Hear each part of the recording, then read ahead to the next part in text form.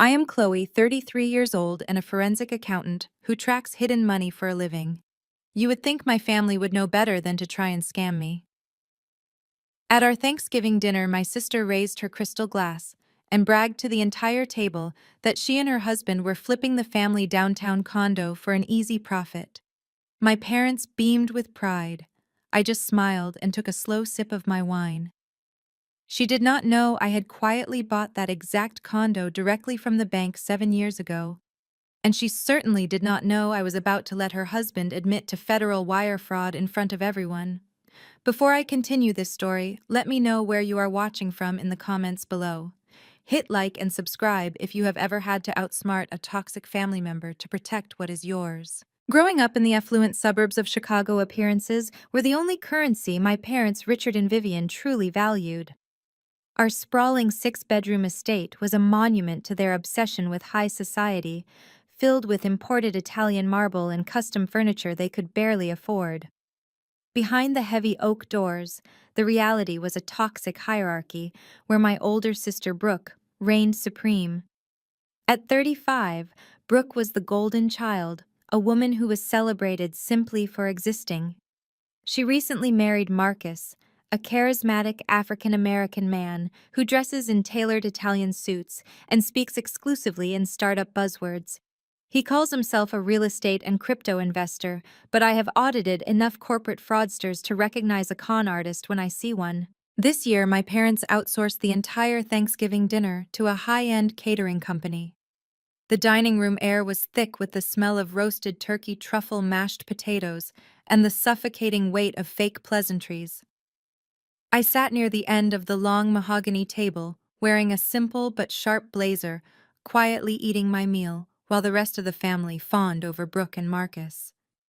They had recently returned from what they called a business trip in Dubai, and my mother was hanging on to their every word as if they had just cured a major disease. Brooke sat at the center of the table, adjusting the strap of her silk designer dress. She picked up her silver spoon and tapped it lightly against her baccarat crystal wine glass. The sharp, clear ringing sound instantly silenced the room. My parents stopped talking and turned their undivided attention to their favorite daughter. Marcus leaned back in his chair, flashing a heavy gold watch that looked remarkably like a Rolex, though my trained eyes had already noted the slight imperfection in the sweep of the second hand. It was a rental, or a very good fake. "We have an incredible announcement to make." Brooke began, her voice dripping with that artificial sweetness she always used when she was about to center the universe around herself. "Marcus and I are taking our investment portfolio to the next level.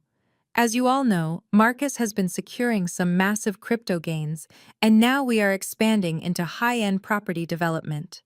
We have officially decided to flip the family downtown condo to secure the seed money for Marcus's new real estate venture." My parents practically vibrated with joy. Richard beamed, clapping his hands together loudly.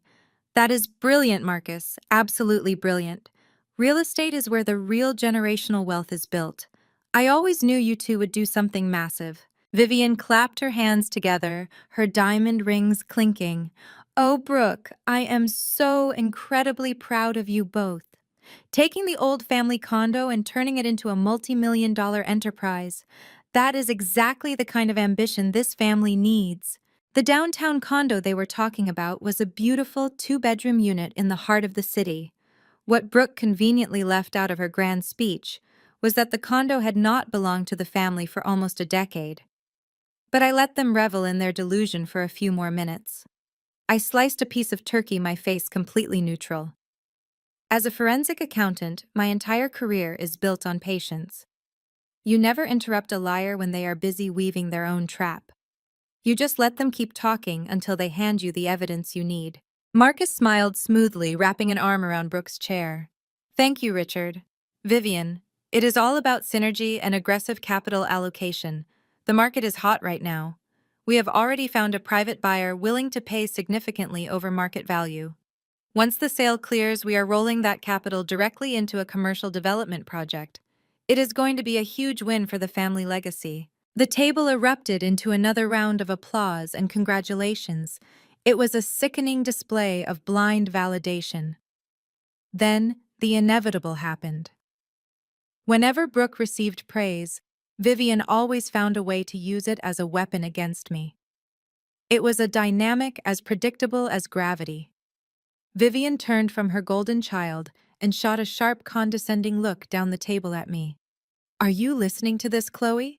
she asked, her voice laced with that familiar venom.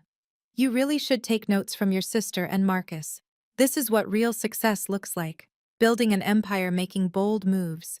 You are 33 years old, still single, and wasting your life staring at boring spreadsheets all day. You need to stop being so small-minded and learn how the real world operates." The silence that followed was heavy. Brooke smirked. Marcus looked at me with a mixture of pity and arrogant pride. I calmly set down my fork. I looked directly into Marcus's eyes and smiled. "How exactly do you people plan to sell a downtown property that you do not even own right now?" Brooke threw her head back and let out a sharp, mocking laugh that echoed off the dining room walls. She looked at me like I had just suggested the earth was flat. "Oh, Chloe," she sighed, shaking her head with an exaggerated display of pity. "Are you seriously doing this right now? You are so incredibly jealous of Marcus that you cannot even let us have 5 minutes to celebrate. It is honestly embarrassing to watch." Vivian immediately jumped to her golden child defense, slamming her hand flat against the table. "Chloe, stop this nonsense immediately.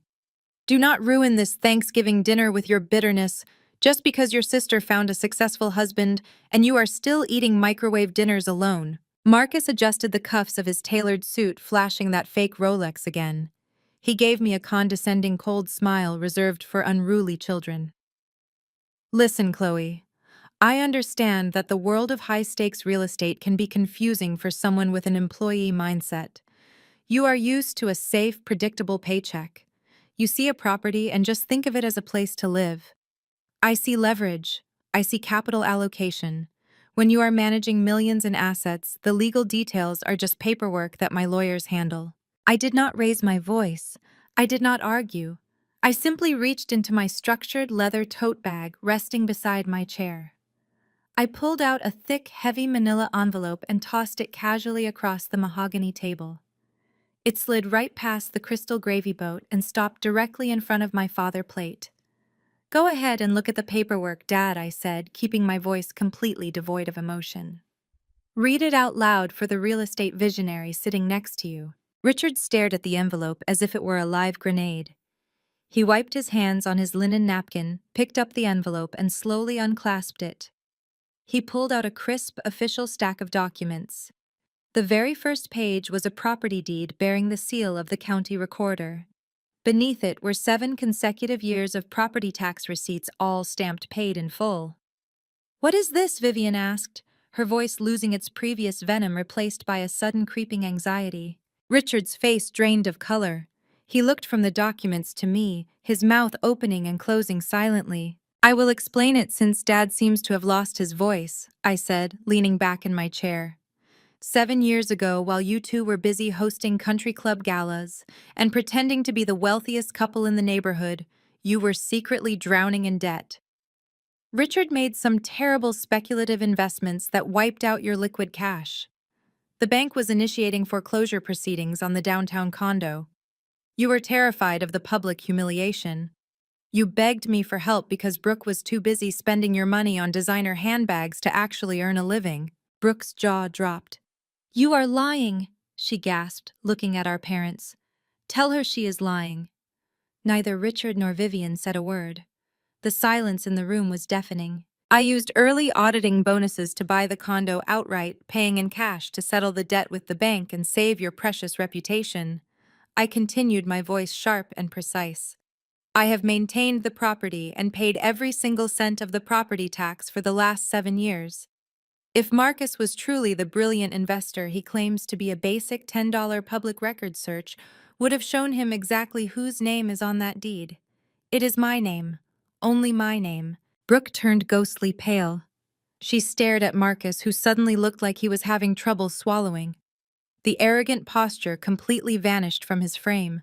"You do not own the condo, Brooke," I stated clearly, letting the reality sink into the room. "And neither does your husband. So I will ask again. How do you plan to sell a property that legally belongs to me? For a moment, nobody moved.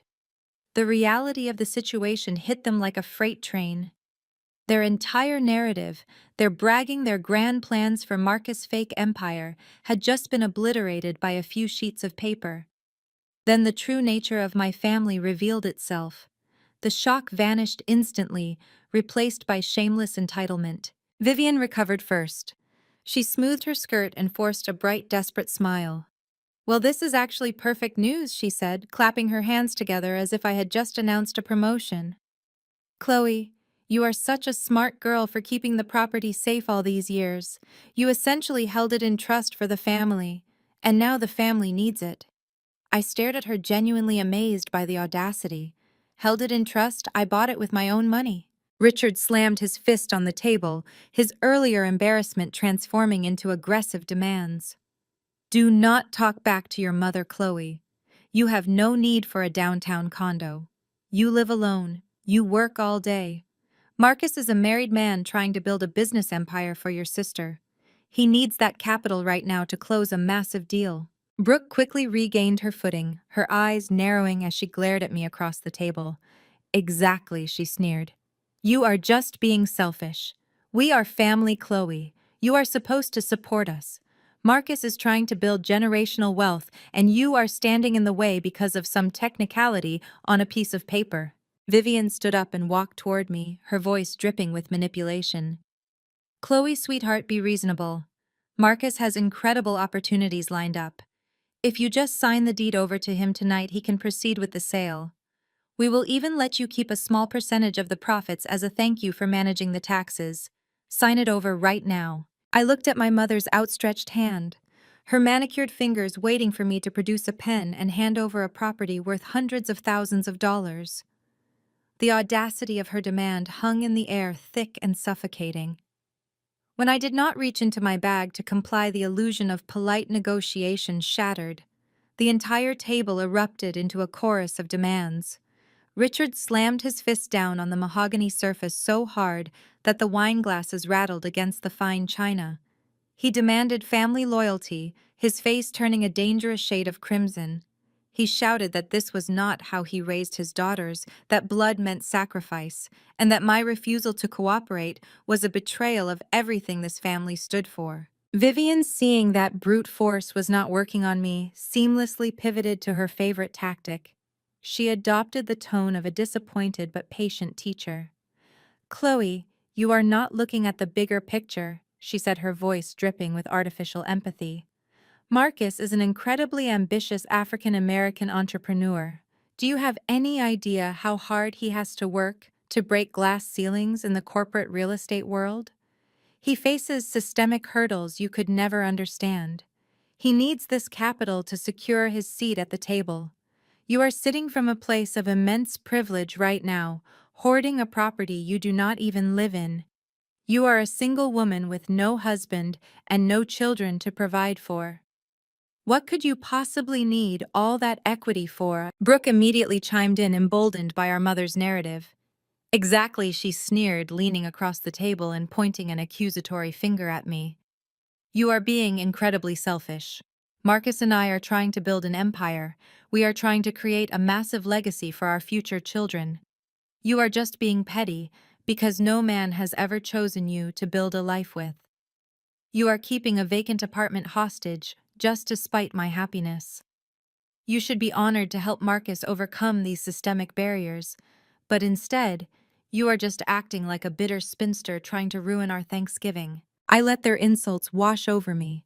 10 years ago, those exact words would have sent me running to the bathroom in tears, devastated by their rejection. Today, they sounded like the desperate grasping of people who had just realized they were out of ammunition. I picked up my wine glass, took another measured sip, and set it down on the coaster. I looked at Vivian first, then at Brooke, and finally locked eyes with Marcus. He was sweating now. The confident, smooth-talking investor was gone, replaced by a man who looked like he was standing on the gallows. "I am a forensic accountant," I said, my voice cutting through the dining room like a scalpel. "I do not deal in feelings. I do not deal in familial obligations, and I certainly do not deal in fake talking points designed to guilt-trip me into funding a delusion. My entire career is built on tracking hidden assets, exposing corporate fraud, and dismantling bad investments. I spend 40 hours a week tearing apart shell companies and finding exactly where the money actually goes. And Marcus, you are the textbook definition of a bad investment. You do not need my capital to break glass ceilings. You want my capital to fund a lifestyle you cannot afford. Richard opened his mouth to yell again, but I held up a single finger, silencing him immediately. Do not talk to me about family loyalty, Dad. I continued, my gaze never leaving Marcus. Family loyalty is what prompted me to empty my savings 7 years ago to save you from public humiliation and financial ruin. I paid off your debts. I took on the burden of this property. I did the math, I balanced the ledgers, and I legally secured this asset. I did not do it so you could hand it over to a man who wears a rented watch and speaks in empty business buzzwords. Vivian gasped, clutching her chest as if she had been struck. How dare you speak to your brother-in-law that way? She shrieked, her eyes wide with fury. He is family. He is a visionary. He just needs a chance to show what he can do. A visionary relies on business plans and market analysis, I replied, crossing my arms over my chest. A con artist relies on his mother-in-law to guilt-trip his sister-in-law into signing over a deed at the Thanksgiving dinner table. I am not signing anything tonight. I am not signing anything tomorrow. I am never signing over a single brick of my property to you, Marcus, or anyone else. Not now, not ever. The bank recognizes my name, the county recognizes my name, and the law recognizes my name. You have absolutely nothing at all. For a few seconds, the only sound in the room was the ambient hum of the central heating system. Brooke looked like she might launch herself across the table at me. Richard was breathing heavily, his hands balled into fists. Vivian looked defeated, her manipulation tactics having bounced harmlessly off my armor. But it was Marcus who finally broke under the pressure. The charismatic, untouchable facade crumbled completely. The sophisticated charm he had used to entrance my parents evaporated, leaving behind a terrified, desperate man. He stood up so fast that his heavy wooden dining chair tipped backward and crashed against the hardwood floor. He ignored it. He slammed both of his hands onto the table, leaning toward me with wild, bloodshot eyes. His chest heaved as he struggled to draw breath. When he finally spoke, his voice was no longer smooth or confident. It cracked high and hysterical, echoing with pure, unadulterated panic. "You have to sign it!" he screamed. "I already sold the condo to buyers." I stared at him, letting his panicked words hang heavily in the stale air of the dining room. "Sold it. You cannot sell something that does not belong to you, Marcus." He ran a shaking hand over his face, sweat suddenly beading on his forehead despite the cool climate control of the house. The fake Rolex on his wrist caught the light as he gripped the edge of the table. I represented myself as the legal owner. He stammered, his polished startup vocabulary entirely abandoned in the face of his own ruin. I drafted the preliminary paperwork. I told the private buyer I had full authorization to liquidate the family asset. They wired a $100,000 non-refundable deposit to my holding account yesterday morning. The closing is supposed to be next week. The dining room went deathly still. Even Brooke stopped glaring at me. Her jaw went slack, her eyes widening as she turned slowly to look at her husband. A $100,000 deposit. He had actually taken the money. My mind immediately went to work calculating the sheer audacity of his scam.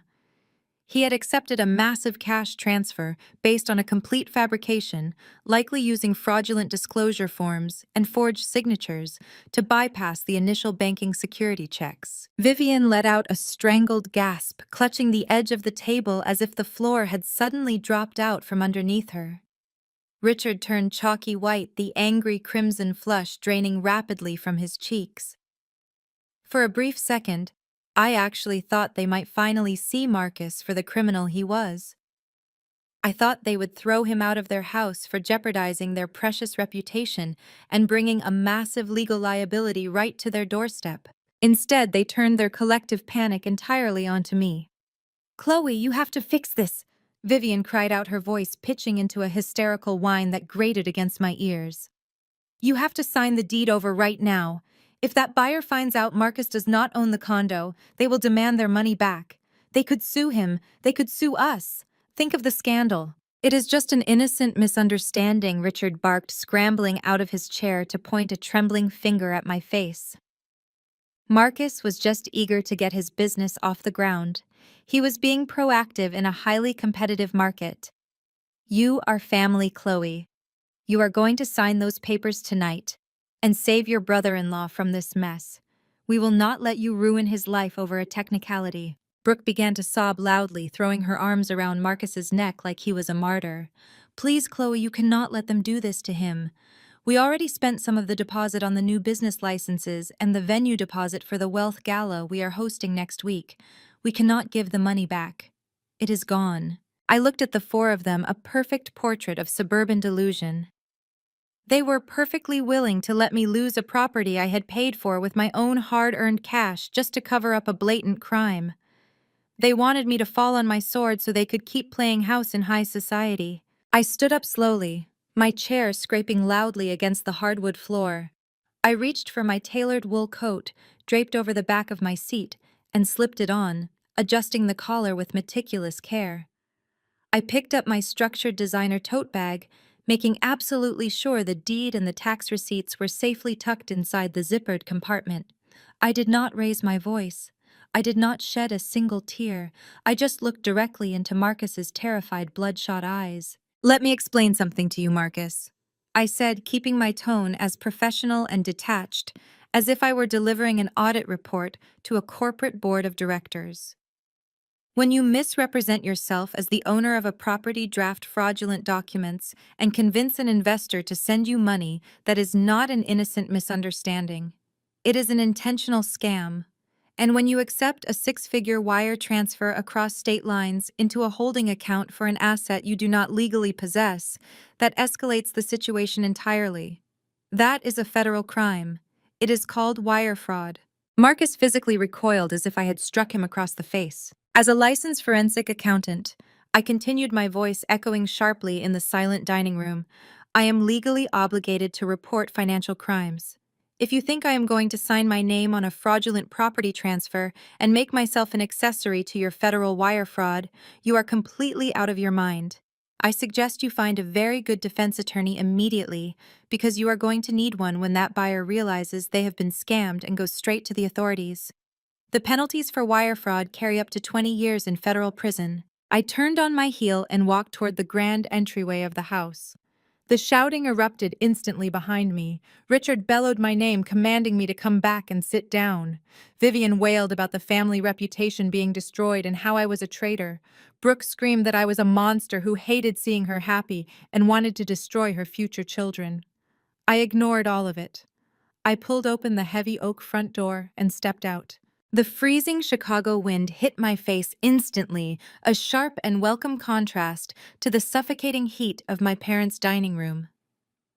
The icy air cleared my lungs as I walked briskly down the sweeping driveway toward my car. My heels clicked sharply against the freezing pavement. I unlocked my door, slid into the driver's seat, and started the engine. The dashboard illuminated the dark interior, casting a soft glow. Just as I shifted the car into gear, preparing to leave this toxic nightmare behind me, my phone buzzed violently in the cup holder. I glanced down at the glowing screen. It was a text message from Marcus. Sign it or I will destroy your career. I slept for a solid 8 hours, the kind of undisturbed rest you only get when your conscience is clear and your assets are protected.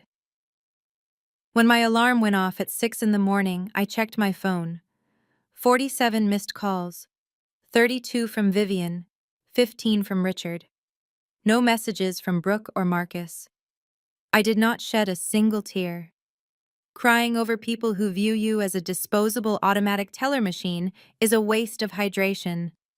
I made black coffee, tied my hair into a tight bun, and walked into my home office. I tapped the power button on my dual-monitor workstation, watching the screens hum to life. As a forensic accountant, my brain operates in spreadsheets, public registry databases, and complex audit trails. I do not rely on gossip or intuition. I rely on verifiable data because people lie without hesitation, but numbers never do. I opened my primary investigative software, a proprietary database that aggregates state corporate filings, uniform commercial code financing statements, and civil court dockets. If Marcus was the high-rolling real estate tycoon he claimed to be, he would leave a massive digital footprint. I typed his legal name into the search bar, pressed enter, and waited for the truth to load. The results populated instantly across my right monitor, a chaotic mess of red flags and financial warning signs. I spent the next 3 hours dissecting the pathetic illusion of my brother-in-law. The web of shell companies he had constructed was almost laughably amateurish. He had registered 6 different limited liability companies across Delaware and Nevada, a classic move for someone trying to obscure their ownership and dodge state taxes. But he had used the exact same cheap registered agent service for all of them, and his personal cell phone number was boldly listed on the initial incorporation documents. I traced the capital flowing through these entities with surgical precision. There were no massive commercial developments. There were no lucrative crypto mining farms generating passive income. There was only a chaotic, desperate series of microloans, cash advances, and overlapping credit lines moving from one business account to another just to avoid daily overdraft fees. He was running a personal Ponzi scheme, constantly robbing Peter to pay Paul just to keep the lights on and the facade intact. I dug deeper, pulling up public civil judgment records and credit history alerts in Cook County. The grand illusion of his wealth began to disintegrate piece by piece before my eyes. That heavy gold watch he loved to flash at the dinner table to intimidate my father. I found a recurring monthly charge on his bank statement to a luxury accessory subscription service based down in Miami. His Rolex was a short-term rental, the sleek imported sports car he parked in my parents' driveway to impress the suburban neighbors. A quick search of the vehicle identification number through a national lien registry revealed it was heavily leased, and the financing company had filed a repossession notice just last week because he was 3 full months behind on his astronomical payments. He was drowning in a mountain of hidden debt, nearly $200,000 in high-interest personal loans and maxed-out credit cards. The $100,000 wire fraud deposit he took from my condo was not seed money for a bold new venture.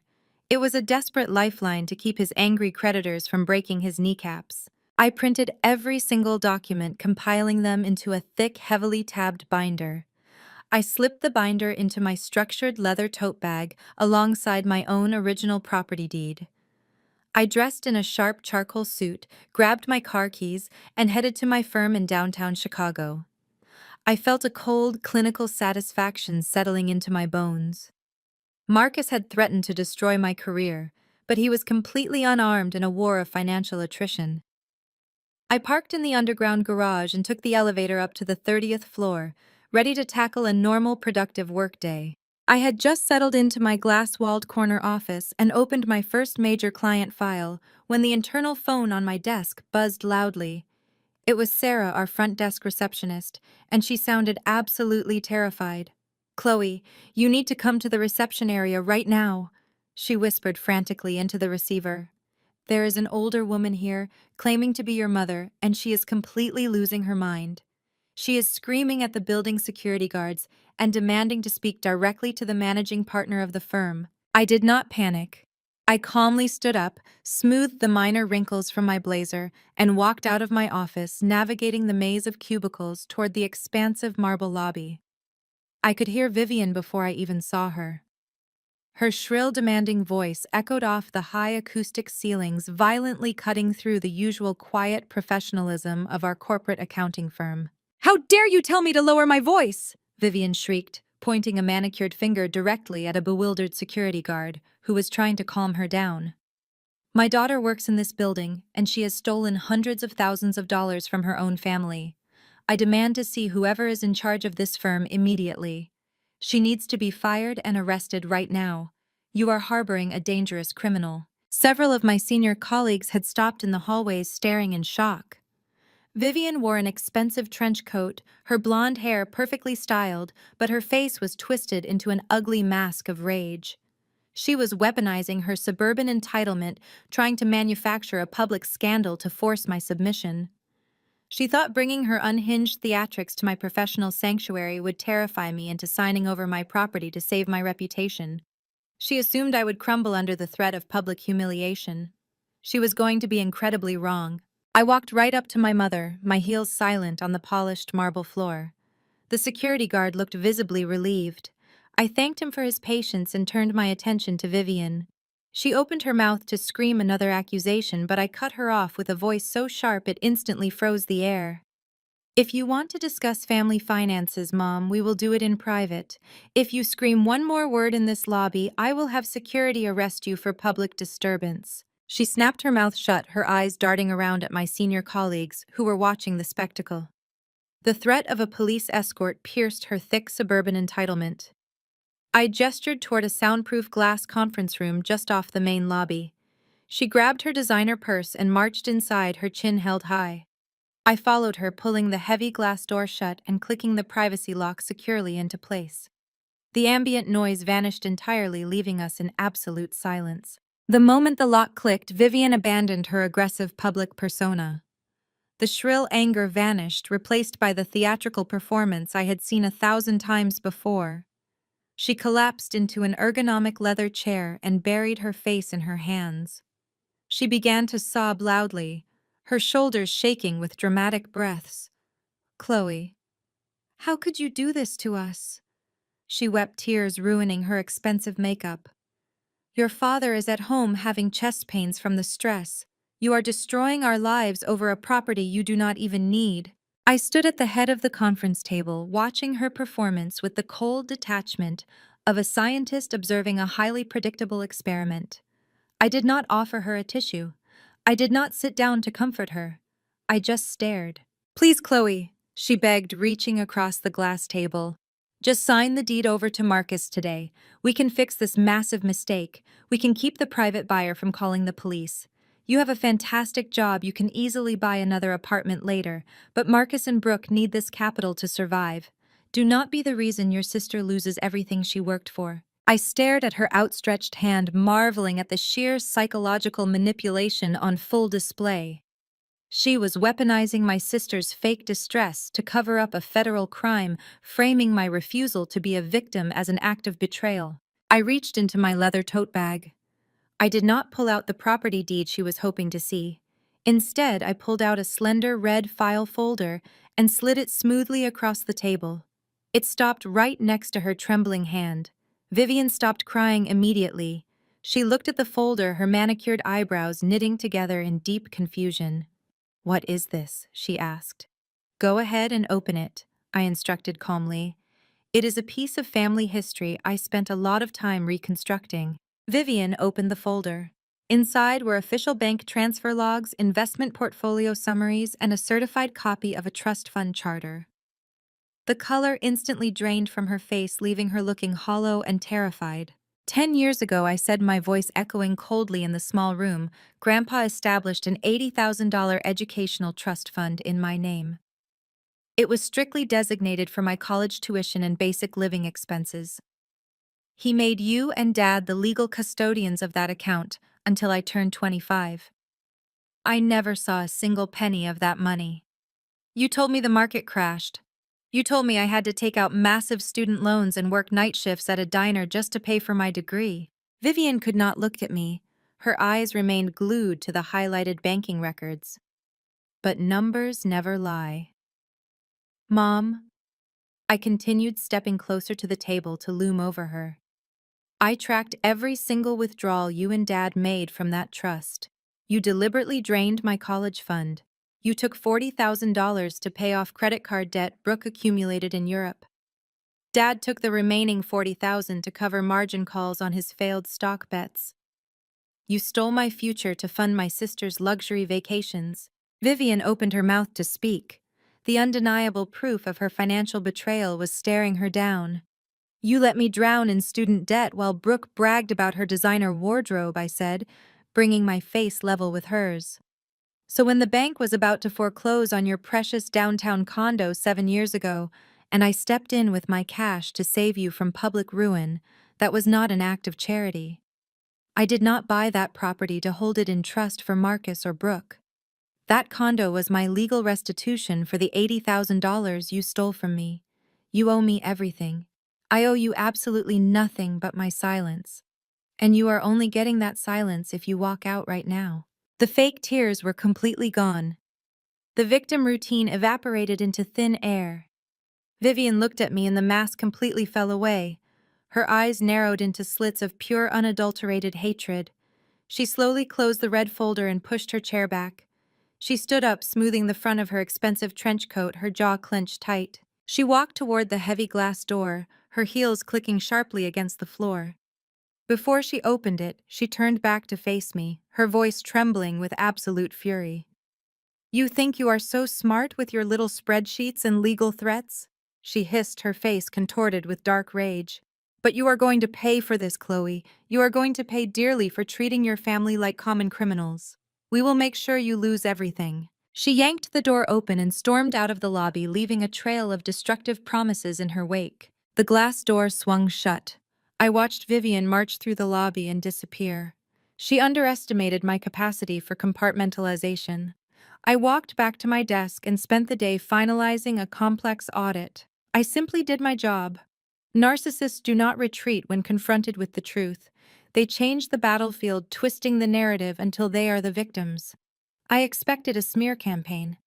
I just did not expect the theatrical magnitude of what my sister was about to unleash. At exactly 6 in the evening, my phone began to vibrate continuously. It was a torrential downpour of alerts. Text messages, Facebook tags, and direct Instagram mentions flooded my screen so fast the device froze. I picked it up and tapped the first notification. It was a video posted simultaneously across all of Brooke's social media platforms.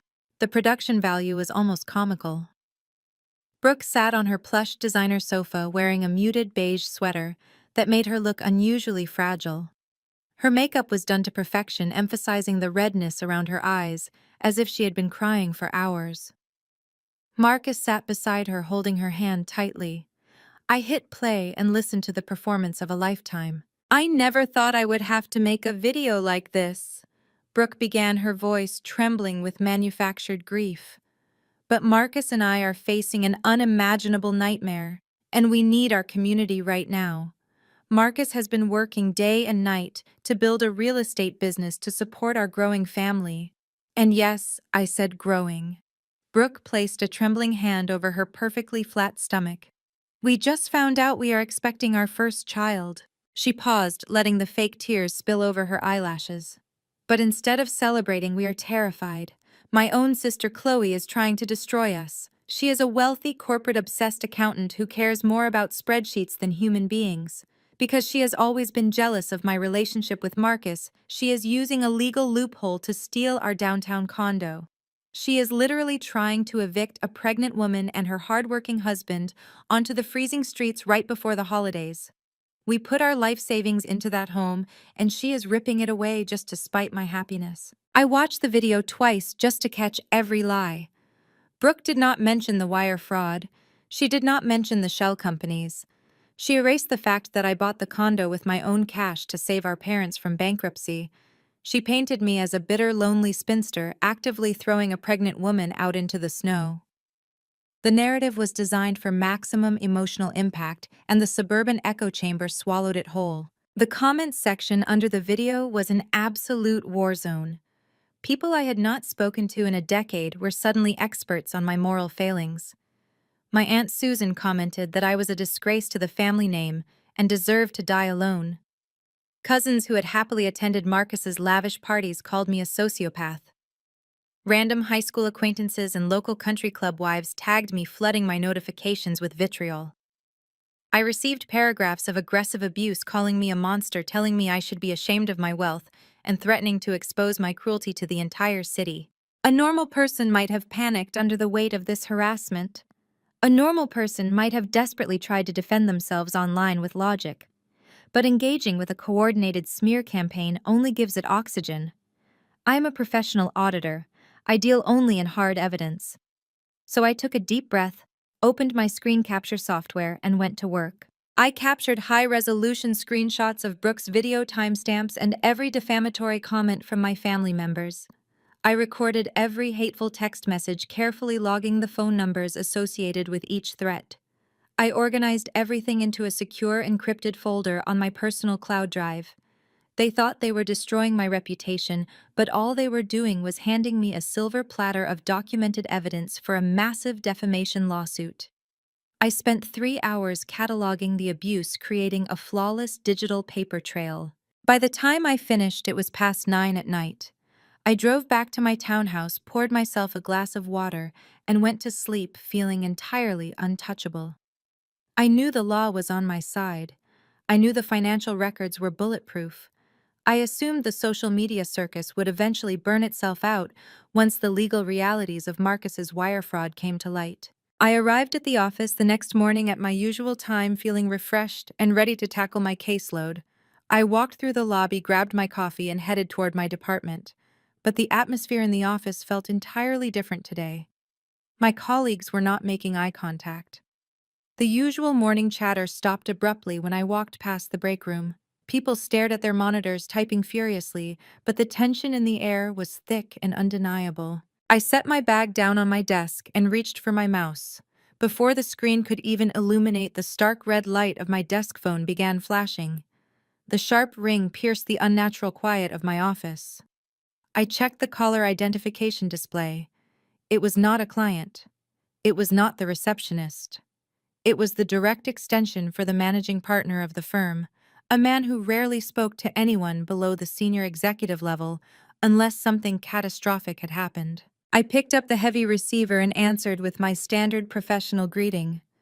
The voice on the other end was incredibly cold, highly formal, and completely devoid of any normal corporate pleasantries.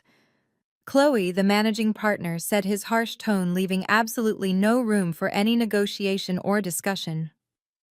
"Stop whatever you are doing. I need you on the top floor, right now." I hung up the heavy receiver and walked toward the glass elevators. The ride to the top floor felt remarkably long. The executive level of our firm was designed to intimidate. Thick carpeting absorbed the sound of my footsteps as I moved past the silent assistants and heavy mahogany doors. I pushed open the double doors to the managing partner's office. He was not alone. The director of human resources sat rigidly in a leather chair to his right. Neither of them offered me a seat. Neither of them offered a polite morning greeting. The atmosphere was completely sterile. Chloe, the managing partner, began keeping his hands folded over a thick file on his desk. "We have a severe crisis on our hands. This morning, our legal department, Human Resources, and the State Certified Public Accountant Licensing Board received a highly detailed ethics complaint regarding your professional conduct." He pushed a bound document across the expansive desk. I stepped forward and picked it up. My eyes scanned the crisp white pages, absorbing the sheer magnitude of the fabrication. The document was filed anonymously, but the allegations were devastatingly specific. The complaint accused me of leveraging my specialized financial knowledge to systematically embezzle family trust funds. It claimed I had engaged in calculated financial elder abuse, coercing elderly parents into signing over highly valuable real estate assets under duress. The text alleged I was using these stolen assets to fund a lavish personal lifestyle while leaving vulnerable family members on the brink of destitution. If these allegations trigger a formal state investigation, the Human Resources Director stated, her voice entirely devoid of warmth, "you could face immediate revocation of your accounting license. Furthermore, any association with an auditor under investigation for elder abuse creates an unacceptable liability for this firm. Our clients trust us with billions of dollars. We cannot have a forensic accountant on our payroll who is accused of defrauding her own parents." I kept my expression completely neutral, though a cold fury ignited in my chest. I read the paragraphs again, analyzing the sentence structure and the specific vocabulary used. The author had tried to mask their identity, but the linguistic fingerprints were glaringly obvious. The document utilized pompous, outdated legal jargon. It referenced a betrayal of familial fiduciary duty and a disruption of generational legacy. Those were not the words of an anonymous whistleblower. Those were the exact phrases my father Richard used whenever he wanted to sound authoritative. He had drafted this entire complaint. My parents realized they could not physically force me to sign over the condo, so they decided to launch a direct strike against the one thing I valued most. They were actively trying to destroy my career. This is a retaliatory fabrication, I said, looking directly at the managing partner. I am currently engaged in a personal property dispute with my family because I refuse to facilitate a wire fraud scheme orchestrated by my brother-in-law. My parents are attempting to use the state licensing board and this firm as weapons to extort a real estate deed from me. I have every single bank statement, tax return, and property record required to prove these claims are entirely baseless. The managing partner sighed heavily, leaning back in his executive chair. Chloe, your track record at this firm is impeccable. You are one of our sharpest auditors. But you understand corporate policy. The truth of these allegations is irrelevant right now. The simple fact that a formal complaint has been logged with the state board changes everything. We operate under a strict zero-tolerance policy for pending ethics investigations. If a major corporate client catches wind that the lead auditor on their account is being investigated for financial elder abuse, they will pull their contracts immediately.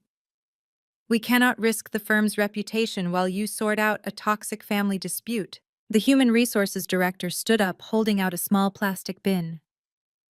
I need your company laptop, your security badge, and your corporate phone, she instructed coldly. Effective immediately, you are placed on temporary administrative leave pending a full internal and state review. You are barred from contacting any clients. You are barred from accessing our servers. You must leave the premises right now. They were stripping me of my power. My family had calculated this move perfectly. They knew that taking away my income and my professional credibility would leave me vulnerable. They expected me to panic. They expected me to break down in this office, beg for my job, and ultimately surrender the condo to make the nightmare go away. They wanted to force me into a corner where signing that deed was my only option for survival. I did not panic. I reached into my bag and pulled out my corporate laptop, setting it gently into the plastic bin. I unclipped my security badge from my lapel and dropped it next to the computer. I handed over the company phone without a single word of protest. I understood the corporate machine better than anyone. Fighting the protocol would only make me look guilty and unstable. I will cooperate fully with the review board, I said, my voice steady and unwavering. And when I present my documentation, this anonymous complaint will be dismissed as malicious defamation. I expect to be reinstated the moment my name is cleared. I turned and walked out of the executive office, feeling the heavy gaze of the managing partner on my back. I took the elevator down to the lobby and stepped out into the freezing city streets. The morning rush hour was in full swing. People in suits hurried past me, clutching their coffee cups and heading to their secure, stable jobs. I stood on the sidewalk, entirely cut off from my professional life. My family thought they had won. They thought taking my job would bring me to my knees, but they made a massive miscalculation. By putting me on administrative leave, they did not make me powerless. They gave me 40 hours a week of completely uninterrupted free time. Time I was going to use to legally and financially annihilate them. I did not go home and cry into a pint of ice cream. I went home, brewed a massive pot of black espresso, and transformed my dining room table into a forensic war room. If my parents wanted to weaponize the legal and ethical standards of my profession against me, I was going to use those exact same standards to bury them. The state-certified Public Accountant Licensing Board requires indisputable evidence to revoke a license. Anonymous complaints carry weight only until they collide with a brick wall of verified data. I had 24 hours to build that wall. I opened my personal fireproof safe and extracted every physical document related to my finances over the past decade. I powered up my laptop and accessed my encrypted digital archives. I did not just gather the property deed. That was too simple. I built a comprehensive chronological narrative of financial salvation that completely shattered their fabrication of elder abuse. First, I pulled my fully audited tax returns from 7 years ago, highlighting the massive capital withdrawal I made from my own accounts. Next, I retrieved the original bank transfer logs. These were not just standard receipts. They included the exact routing numbers, showing my personal funds moving directly to the bank that held the mortgage on my parents' downtown condo, stopping the foreclosure in its tracks. I printed the original settlement agreement with the bank, which explicitly named me as the sole buyer acting to clear Richard and Vivian's defaulted debt. I even dug up the email correspondence between me and my father from that exact week, where he practically begged me to save them from the social embarrassment of a public eviction. To counter the specific claim that I was leaving them destitute while funding a lavish lifestyle, I compiled my current financial statements. I live in a modest townhouse. I drive a reliable, unassuming sedan. I save aggressively. My lifestyle is the absolute antithesis of embezzlement. I bound all of these documents together into a massive, meticulously indexed portfolio. I created an executive summary, a table of contents, and cross-referenced every single allegation in my father's anonymous complaint with the corresponding physical proof that dismantled it. By the time the sun came up the next morning, I had a bulletproof defense package that left absolutely no room for interpretation. At exactly 8 in the morning, I hired a bonded legal courier to hand-deliver the portfolio directly to the managing partner and the head of our firm's legal department. I did not ask for a meeting. I did not beg for my job back. I simply attached a single-page cover letter stating that the enclosed documents prove the ethics complaint was a malicious retaliatory fabrication, and I expected a full reinstatement by the end of the business day. I did not have to wait that long. At 1 in the afternoon, my phone rang. It was the head of the firm's legal department, a ruthless corporate litigator named David. David did not use the cold, sterile tone the managing partner had used the day before. He sounded genuinely astounded. "Chloe," he said, his voice carrying a mix of professional respect and absolute shock. "The legal team and the managing partner have just finished reviewing your portfolio. We ran your bank routing numbers and verified the county deed transfers with our own internal investigators. The documentation you provided is flawless. It completely exonerates you." "I know," I replied calmly. "Numbers do not lie." David cleared his throat. "The managing partner extends his deepest apologies for the abrupt action taken yesterday. Corporate policy tied our hands when the complaint hit the state board, but your evidence is so overwhelming that we have already forwarded a copy to the licensing authority with a strong recommendation for immediate dismissal. Your administrative leave is revoked. You are fully reinstated effective right now." I thanked him, but David was not finished. "Chloe, the level of malicious intent in this anonymous complaint is staggering. Whoever filed this was actively trying to destroy your livelihood with knowingly false information. The firm does not take kindly to being used as a weapon in a personal vendetta. The managing partner has authorized me to offer you the full resources of our legal department. If you want to pursue the individuals who filed this, we are prepared to draft a brutal cease and desist order today. Furthermore, we are willing to represent you in a massive defamation lawsuit against your parents. We will bury them in civil court." A slow, cold smile spread across my face. Having the weight of a top-tier corporate law firm swing behind me was a massive victory. My parents thought they had isolated me, but they had just handed me an army of high-powered litigators. I thanked David for the generous offer and told him to draft the cease and desist immediately.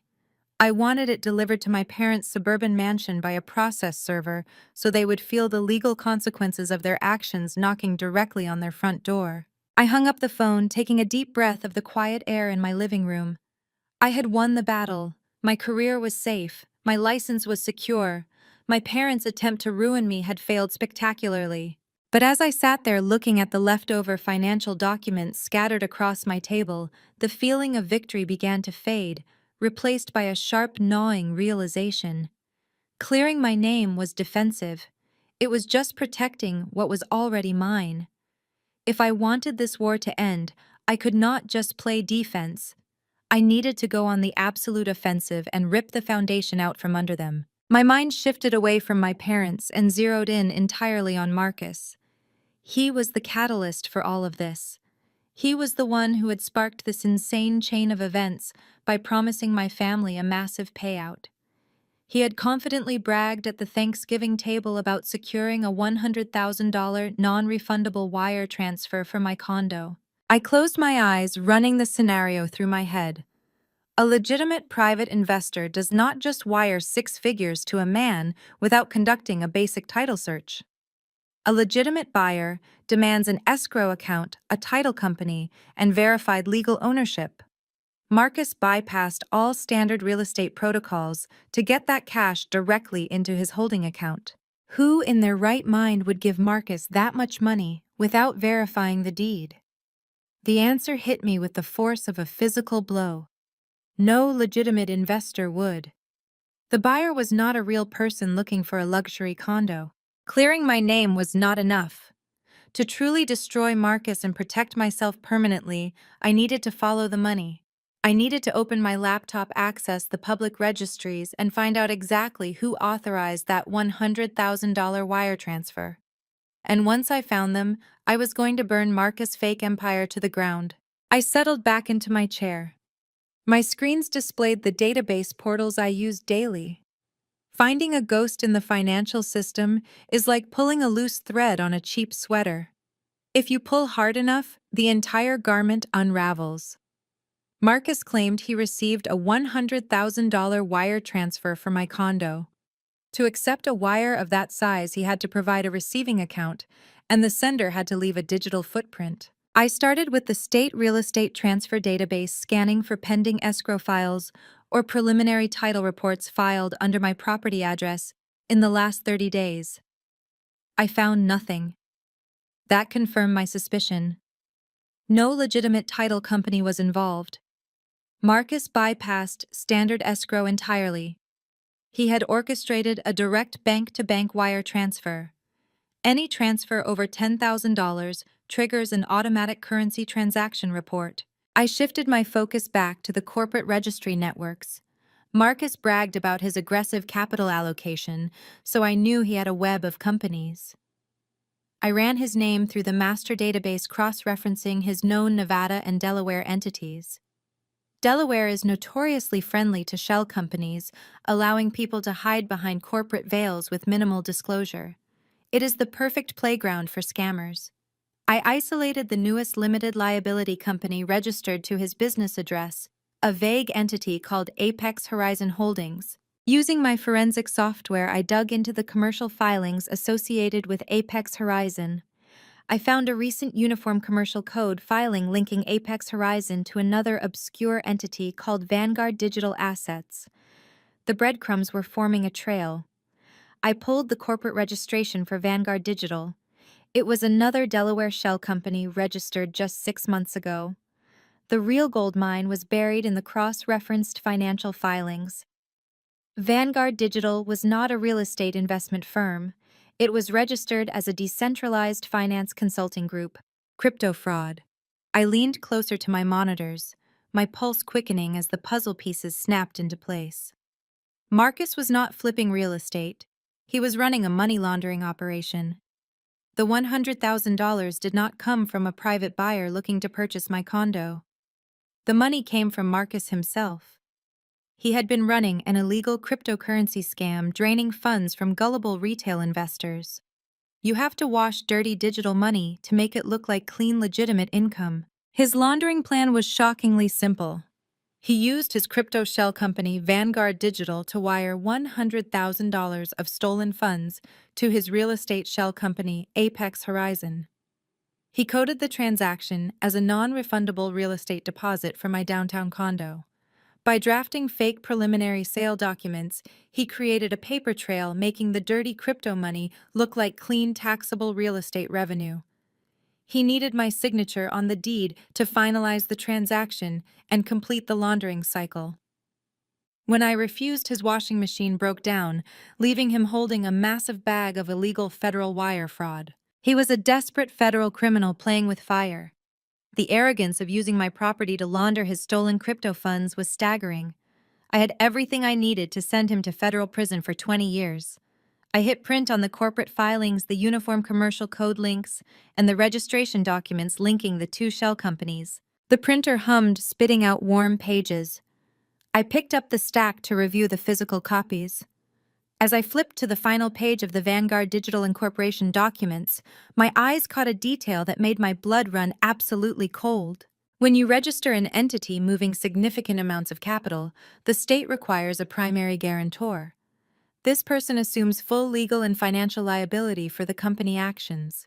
It is the person federal authorities target first when the doors get kicked in. Marcus had not listed himself as the primary guarantor for Vanguard Digital. He listed Brooke. I stared at the signature line on the incorporation document. Brooke's signature was scrawled across the bottom in blue ink. But I know my sister's handwriting. We grew up doing homework at the same kitchen island. Her cursive is loopy and rushed. This signature was stiff, calculated, and perfectly legible. Marcus had forged his own wife's signature. He was not just running a crypto scam. He was setting Brooke up to be the primary fall guy. When the feds followed the money, they would not arrest Marcus first. They would arrest the pregnant suburban golden child, whose name was plastered all over the fraudulent company documents. He was using her as a human shield against federal prosecution. A wave of conflicting emotions washed over me. Brooke had always been relentlessly cruel to me. She mocked my career, belittled my life, and eagerly participated in our parents' vicious smear campaign to destroy my reputation. Just yesterday, she went on social media painting me as a monster trying to evict a pregnant woman. Part of me wanted to put these documents in an envelope, mail them directly to the federal authorities, and watch her perfect life collapse into a highly publicized criminal trial. But I looked at the forged signature again. Marcus had manipulated all of them. He preyed on my parents' obsession with status and Brooke's desperation to be married to a wealthy visionary. They were incredibly toxic people, but Marcus was actively destroying her life to save his own skin. If I let this go to the feds right now, Brooke would give birth in a federal penitentiary. I am a professional forensic accountant. I seek the truth and I balance the scales. Destroying Marcus was mandatory, but sending my sister to prison for a crime she was too ignorant to understand felt like crossing a line I could never walk back from. I picked up my phone. I decided to give my sister one last chance to save herself before I burned her husband to the ground. I drafted the email with the sterile precision of an autopsy report. Subject line: urgent legal liability regarding Vanguard Digital assets. I attached the encrypted Delaware state corporate filings, the uniform commercial code cross-references, and the final page displaying her forged signature as the primary guarantor. I simply laid out the federal sentencing guidelines for wire fraud and cryptocurrency money laundering. I typed one final paragraph explaining that Marcus was using her as a human shield against the Internal Revenue Service and the Department of Justice. I pleaded with her to pack a bag, leave the house immediately, and hire an independent white-collar defense attorney who had absolutely no ties to her husband. I hit send and watched the delivery confirmation pop up on my screen. I used a secure tracking pixel, a standard tool in forensic accounting, to verify when and where a document is opened. I sat back in my desk chair, sipping my lukewarm coffee, giving my sister the benefit of the doubt for the absolute last time in my life. 20 minutes later, my tracking software chimed sharply. The email had been opened. 2 minutes after that, the software pinged again. The email had been forwarded to an external address. She did not call a lawyer. She did not call me to ask for an explanation or to scream at me. My sister, hopelessly addicted to the illusion of high society wealth and completely brainwashed by the man who was actively destroying her, walked those documents straight to the architect of her ruin. She handed Marcus the exact blueprint of his own impending federal indictment. I sat in my quiet home office feeling a bizarre mixture of profound disappointment and total absolute liberation. I had offered her a lifeline, and she tied it directly into a noose. My conscience was clear. My cell phone vibrated violently against the wooden surface of my desk. I glanced at the screen. It was an audio message from Marcus. He was not brave enough to call me directly and risk me recording a live conversation, but he was too arrogant to stay silent. I tapped the screen and pressed play. Chloe, his deep voice filtered through the speaker, dripping with artificial confidence. Brooke just showed me this ridiculous little spam email you put together. I have to say, your desperation is getting genuinely sad. You do not understand high-level corporate structuring or decentralized finance, and frankly, making up fake tax documents to scare your pregnant sister is a new low even for you. Stop projecting your miserable, lonely life onto our success. Do not ever contact my wife again. The words sounded exactly like his usual arrogant script. He was playing the role of the protective, wealthy husband shielding his family from a bitter, jealous spinster. But the audio profile told a completely different story. As an auditor, I am trained to look past the surface presentation and analyze the raw data underneath. I turned up the volume on my phone to the maximum level and listened to the voice note a second time, closing my eyes to focus entirely on the sound. He was trying to sound like the untouchable crypto visionary, but his breathing was remarkably shallow and erratic. I could hear the rapid, uneven hitch in his chest every time he paused between his carefully chosen sentences. He was breathing through his mouth, fighting for oxygen. I could hear the rhythmic, muted crunch of gravel beneath his feet. He was pacing back and forth furiously. Then in the final 3 seconds of the recording, I heard the heavy, distinctive slam of a car door closing, followed instantly by the roar of a high-performance engine turning over. Marcus had already left his suburban rental house. He was in full-blown fight-or-flight mode. He knew exactly what those Delaware filings meant. He knew I had successfully traced his stolen crypto funds through his phantom real estate shell company. But more importantly, Marcus was a con artist, which meant he thought like a criminal. He knew that digital copies of state documents could be aggressively disputed in a courtroom by a slick defense attorney. They could claim the PDFs were maliciously altered or digitally manipulated by a disgruntled family member. To a desperate financial criminal, digital evidence is only lethal if it can be backed up by the original physical source drives and the raw printed ledgers. He needed my primary hard drives. He needed the physical binders I had compiled. He needed to physically eradicate the source of the audit before I could hand it over to the authorities. He realized the only way to stop me from executing a fatal strike on his fake empire was to completely destroy my physical backup systems. I opened my smart home security application on my phone. I checked the status of my perimeter alarms, ensuring the reinforced deadbolts on my front and back doors were fully engaged. I lived in a modern, secure townhouse, but a desperate man facing 20 years in a federal penitentiary does not care about standard locks. He was coming to silence the audit the only way he knew how. I walked over to the large bay window in my living room and drew the heavy blackout curtains tightly shut, plunging the space into darkness.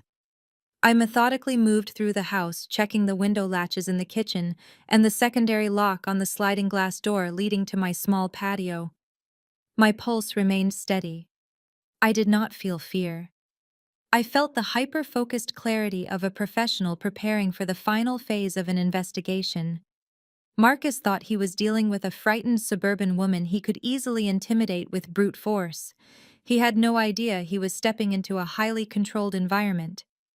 I placed my physical binders into my heavy fireproof safe and spun the dial, locking away the paper trail that would guarantee his prison sentence. I kept my phone tightly in my right hand, ready to quickly dial. The final trap was now completely set. I went to sleep that night knowing Marcus would make a desperate move. Men facing federal prison do not sit quietly waiting for authorities to arrive. They lash out to destroy the evidence. I prepared for this exact scenario with the same meticulous attention to detail I applied to my corporate audits. I closed my eyes and drifted into a light tactical sleep, my phone face up on the nightstand. The digital clock rolled over to exactly 2 in the morning when the silence of my bedroom was violently shattered. My phone emitted a piercing, high-pitched synthetic siren immediately. The screen flashed a brilliant pulsing red. It was the absolute breach notification from my smart home security application. My eyes snapped open immediately. My heart rate elevated, but my breathing remained perfectly steady. I stayed completely flat against the mattress, reaching out a steady hand to silence the blaring alarm on my screen before the noise could carry. I tapped the master surveillance icon on my dashboard. My townhouse was not secured by a standard commercial alarm system. As a forensic accountant dealing with sensitive financial data, my home was fortified with extremely rigorous enterprise-grade security protocols. I had invested heavily in biometric access points, shatter-resistant laminated glass, and high-definition infrared cameras positioned at every entry vector. I swiped through the live video feeds, my thumb moving with practiced efficiency. The front porch was clear. The side alleyway was empty. I tapped on the rear patio camera and found exactly what I expected. There he was. Marcus stood on my back patio, illuminated in crisp black and white by the night vision sensors. He was dressed entirely in black, a dark hooded sweatshirt pulled tightly over his head, a dark mask obscuring his face. I did not need to see his facial features to identify him. I recognized his height, the broad span of his shoulders, and the distinctive, arrogant way he carried himself. In his right hand, he gripped a heavy, solid steel crowbar. He stood at my reinforced sliding glass door, wedging the flat edge of the crowbar into the tracks. He was operating under the delusion that I was just a frightened, defenseless woman sleeping upstairs. He thought he could easily pry the door off its tracks, slip into my home office, and walk out with my physical evidence binders. He was unaware that the sliding door was secured by a secondary magnetic floor lock that could withstand hundreds of pounds of direct pressure. I watched through the screen. I slid silently out of my bed, my bare feet touching the cold hardwood floor. I did not turn on a single light. I navigated the dark layout of my bedroom entirely by memory. I walked directly into my walk-in closet, pushing past the hanging rows of tailored suits until I reached the reinforced back wall. I pressed my thumb against the biometric scanner concealed behind a full-length mirror. The scanner flashed green. The heavy steel door clicked open silently. I stepped inside the internal safe room, pulling the door shut until the deadbolts engaged automatically. I sat down on the small emergency bench in the dark, my eyes glued to the live camera feed on my screen. Marcus was becoming increasingly frustrated. The magnetic lock was holding firm. He was leveraging the crowbar aggressively now, pushing the metal to its absolute breaking point. I tapped the emergency contact icon on my dashboard, bypassing the standard keypad to route my call directly to the police dispatch center immediately. The operator answered on the first ring. I kept my voice lowered to a calm, steady whisper. I am reporting an active home invasion in progress at my residence. The perpetrator is currently attempting to breach the rear patio door with a steel crowbar. I am secured inside a reinforced safe room on the second floor. The suspect is a male approximately 6 feet tall wearing dark clothing. He is highly motivated and armed with a blunt weapon. I provided my exact address. The dispatcher informed me that multiple patrol units were en route and advised me to wait patiently. I watched the live feed with absolute clinical detachment. By attempting to force his way into my home to destroy evidence of a federal crime, Marcus was adding witness intimidation and obstruction of justice to his list of felony offenses. He backed away from the sliding door, his chest heaving with exertion. He looked around the patio, his masked face turning toward the kitchen window. The laminated glass would not shatter easily, but he did not know that. He raised the crowbar high above his head and brought it down with massive, brutal force against the thick window pane. The glass spiderwebbed with a loud, sickening crack that echoed through the quiet neighborhood. Marcus struck it again, and then a third time, the heavy steel finally puncturing a hole large enough for him to reach his gloved hand through. He fumbled blindly for the internal window latch, his arms scraping against the jagged edges. He found the lock, twisted it violently, and pushed the window open. I watched him hoist his body through the window frame, tumbling awkwardly onto my kitchen counter before dropping heavily onto the tiled floor. He was inside my house. My phone vibrated silently. The dispatcher confirmed responding officers were nearby. I kept my eyes locked on the camera feed. Marcus breached the main hallway. He stood perfectly still, orienting himself in the dark. He raised the crowbar, preparing to march toward my office. Suddenly, the piercing wail of police sirens erupted in the distance, echoing rapidly down my street. Flashing red and blue lights reflected wildly against the walls. Marcus froze. Absolute panic overtook his posture. He spun around wildly toward the kitchen window, sprinting desperately away into the freezing darkness just seconds before the police cruisers slammed heavily into my dark driveway. The morning sun hit the Chicago skyline, reflecting sharply off the glass towers downtown. Marcus was probably exhausted, but he was running on pure adrenaline and the desperate delusion that he had successfully intimidated me. He had barely escaped my neighborhood before the police arrived, slipping through the dark alleys and speeding away. He had to assume I was huddled in a corner, too terrified by the shattered glass and the violent home invasion to ever challenge him again. He was betting everything on the idea that fear would silence the audit. He thought he had bought himself the time he needed to close his fraudulent deal. He was wrong. At 10 in the morning, the grand ballroom of the Ritz-Carlton was buzzing with the specific, suffocating energy of fake wealth. Marcus and Brooke were hosting their Real Estate and Wealth Innovation Gala. The event was essentially an elaborate trap designed to catch new investors and validate Marcus's imaginary empire. My parents, Richard and Vivian, were working the room like seasoned politicians. They had personally invited dozens of wealthy suburbanites, local business owners, and country club acquaintances. The room was draped in expensive floral arrangements, and waiters circulated with silver trays of champagne. Brooke stood near the entrance wearing a flowing designer maternity dress, strategically resting a hand on her perfectly flat stomach. She was glowing, accepting early congratulations and absorbing the attention she craved like oxygen. She was playing the role of the successful, expectant matriarch of a new dynasty. She had no idea she was standing on a trapdoor. Marcus was in his element. He wore a custom-tailored suit mingling with potential marks, flashing his rented Rolex, and speaking in confident, measured tones. He was selling the dream. He promised them exclusive access to off-market properties, guaranteed returns on early seed investments, and unparalleled growth in his newly formed commercial development fund. The investors, blinded by the champagne and the endorsement of my seemingly wealthy parents, were eagerly listening to every word. The lights in the ballroom dimmed slightly, signaling the start of the main presentation. A massive high-definition screen illuminated behind a sleek acrylic podium. Marcus walked up the central aisle, accepting polite applause and handshakes from the crowd. He took his place behind the podium, adjusting the microphone with practiced ease. "Thank you all for being here today," Marcus began, his voice projecting smoothly across the quiet room. "We are standing at the precipice of a massive shift in the real estate market.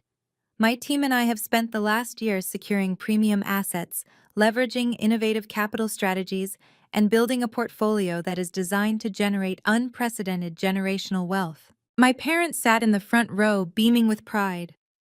Vivian leaned over to whisper something to a wealthy neighbor, likely bragging about her visionary son-in-law. Our flagship project, Marcus, continued, clicking a remote to bring up a sleek architectural rendering on the massive screen behind him, begins with the strategic liquidation of a prime downtown asset. This initial flip will provide the foundation for a multi-million-dollar commercial expansion. We have already secured the preliminary funding, and the market response has been absolutely overwhelming. He was smooth. I had to give him that. He was lying through his teeth, building a financial house of cards right in front of a room full of people and making it sound like an exclusive opportunity. He was minutes away from asking these people to hand over their money to fund a phantom enterprise. He clicked to the next slide, a chart showing projected returns that were mathematically impossible. "I want to talk to you today about partnership," he said, leaning over the podium. "I want to talk to you about joining us on the ground floor of something truly extraordinary." He never got to finish the sentence. At the very back of the grand ballroom, the heavy brass-handled double doors swung open with a resounding thud. The sudden noise cut through the polite silence of the room. Heads turned, conversations stopped. The waiters paused with their trays. I walked into the ballroom. I was not wearing a cocktail dress. I was not holding a glass of champagne. I was wearing a sharply tailored charcoal gray power suit. My hair was pulled back tightly. My expression was completely devoid of emotion. In my right hand, held clearly where everyone could see it, was a single silver USB drive. I did not stop at the entrance. I walked straight down the center aisle, my heels clicking sharply against the polished marble floor. The crowd parted instinctively, sensing the sudden dangerous shift in the atmosphere. Richard and Vivian spotted me first. The blood drained from my father's face. He half stood from his chair, his eyes darting frantically toward the security guards stationed near the exit. Vivian's manicured hand flew to her mouth, her perfect smile collapsing into a mask of pure panic. They knew exactly what my presence meant. Brooke, standing near the front, let out a sharp gasp. She looked from me to Marcus, her eyes wide with sudden terror. The confident, expectant mother routine vanished instantly. Marcus froze behind the podium. The microphone picked up the sharp, ragged intake of his breath. The smooth, charismatic visionary was gone. He stared at me, his eyes locked on the silver USB drive in my hand. He knew exactly what was on it. He knew I had not been intimidated by his midnight break-in. He knew I had brought the audit directly to his stage. I did not break eye contact with him as I walked past the front row of stunned investors. I did not acknowledge my parents. I walked directly past the podium, stepping around a cluster of floral arrangements, and headed straight for the audio-visual technician booth located just behind the presentation stage. The technician, a young guy in a black polo shirt, looked up in confusion as I pushed open the small door to the booth. "Excuse me, ma'am," he started to say. "You cannot be back here." I stepped inside the booth and firmly pulled the door shut behind me, engaging the heavy deadbolt with a loud click. "I am the keynote speaker," I said calmly, plugging the silver USB drive directly into the main presentation server, "and we are about to review the actual financials." The technician stared at me, hands hovering over the soundboard. He looked from my tailored suit to the heavy deadbolt I had just engaged, paralyzed by the hostile takeover of his workspace. I did not give him time to process the intrusion. I reached past him, my fingers flying across the complex digital interface. With a few rapid keystrokes, I bypassed the local directory and mapped my silver USB drive directly to the primary output channel. Through the soundproof glass of the booth, I had a tactical vantage point of the ballroom. The sudden lock click had finally registered with my parents. Richard was on his feet, his face a mask of purple fury. He was aggressively grabbing the arm of a hotel security manager, frantically pointing a shaking finger directly at the glass of my booth. Vivian was beside him, practically shoving the guards up the center aisle. They wanted me dragged out in handcuffs before I could utter a single syllable. But hotel security moves at the speed of liability, and I move at the speed of data. I watched two large guards in dark suits break into a jog, weaving through the bewildered investors seated at the banquet tables. They were 30 seconds away from reaching my door. It was more than enough time. On stage, Marcus was desperately trying to salvage his momentum. He had recovered from the initial shock of seeing me walk down the aisle, and was now doubling down on his charismatic facade. He gripped the edges of the acrylic podium, projecting his voice loudly to regain control of the room. As I was saying, he boomed, attempting a confident laugh. True wealth generation requires vision. It requires the ability to see past minor disruptions and focus entirely on the massive vertical integration of our downtown assets. We are offering you a guaranteed ground floor entry into a multi-million-dollar commercial. I hit the override switch on the master control console. The massive high-definition screen behind Marcus went completely black. The sudden darkness swallowed his fake architectural renderings and mathematically impossible projected returns. The sudden visual void sucked the energy right out of his pitch. He stopped mid-sentence, turning around to look at the blank screen in confusion. He tapped his remote clicker twice, assuming it was a simple technical glitch.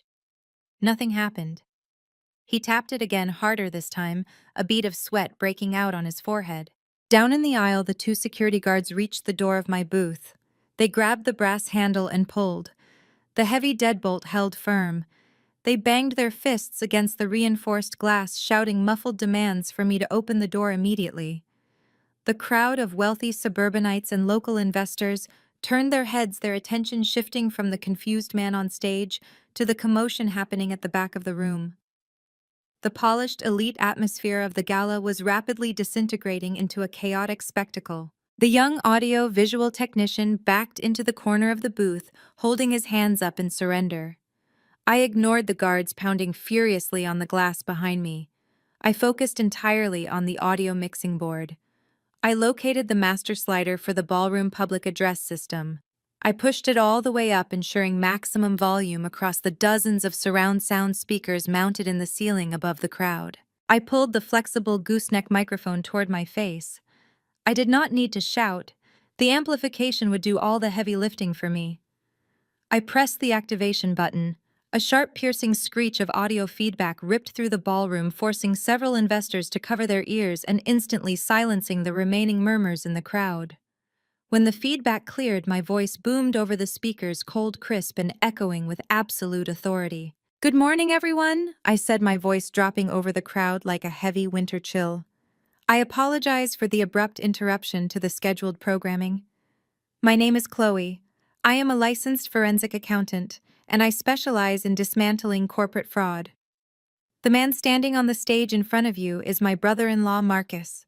He has invited you here today to offer you an exclusive opportunity to invest in his commercial real estate expansion. Marcus gripped the podium so tightly his knuckles turned white. He stared up at my glass booth, sheer terror radiating from his eyes. He opened his mouth to speak, but I had already cut the power to his stage microphone. He was completely muted. Before anyone in this room writes a check, authorizes a wire transfer, or signs a non-disclosure agreement with this man. I continued, my voice steady and unwavering. I strongly advise you to direct your attention to the main screen. Marcus has promised you unprecedented generational wealth based on the liquidation of a prime downtown property. He claims this property is the foundation of his multi-million-dollar portfolio. As the sole legal owner of that exact property, I feel it is my professional and ethical obligation to show you the actual financial realities of his enterprise. I tapped the enter key on my laptop. The massive screen behind Marcus flared back to life, but it was no longer displaying sleek architectural models or upward trending graphs. It was displaying a high-resolution scan of my official property deed, clearly showing my name completely free of any liens or secondary owners. Next to the deed, I projected the Uniform Commercial Code filings for Marcus Shell Company Apex Horizon Holdings. I had highlighted the total asset valuation column in bright, undeniable yellow. The number was 0. The collective gasp from the audience was audible even through the soundproof glass of my booth. Dozens of wealthy investors, people who prided themselves on their business acumen, were suddenly staring at indisputable proof that they were sitting in a room with a con artist. The murmurs erupted into loud, angry, overlapping conversations. People were pointing at the screen.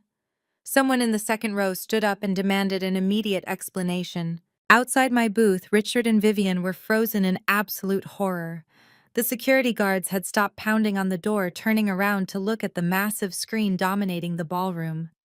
They were no longer dealing with a disruptive guest. They were witnessing the live exposure of a massive financial crime. I leaned closer to the microphone, delivering the final fatal blow to his presentation. "What you are looking at is the anatomy of a scam," I announced smoothly over the rising chaos. Marcus does not own a commercial real estate firm. He operates an empty shell company with 0 assets, 0 capital, and 0 legal rights to the properties he is currently trying to sell you. You are not ground floor investors. You are the marks in a desperate Ponzi scheme designed to pay off his massive personal debts. The ballroom exploded. Chairs scraped loudly against the marble floor as investors stood up en masse.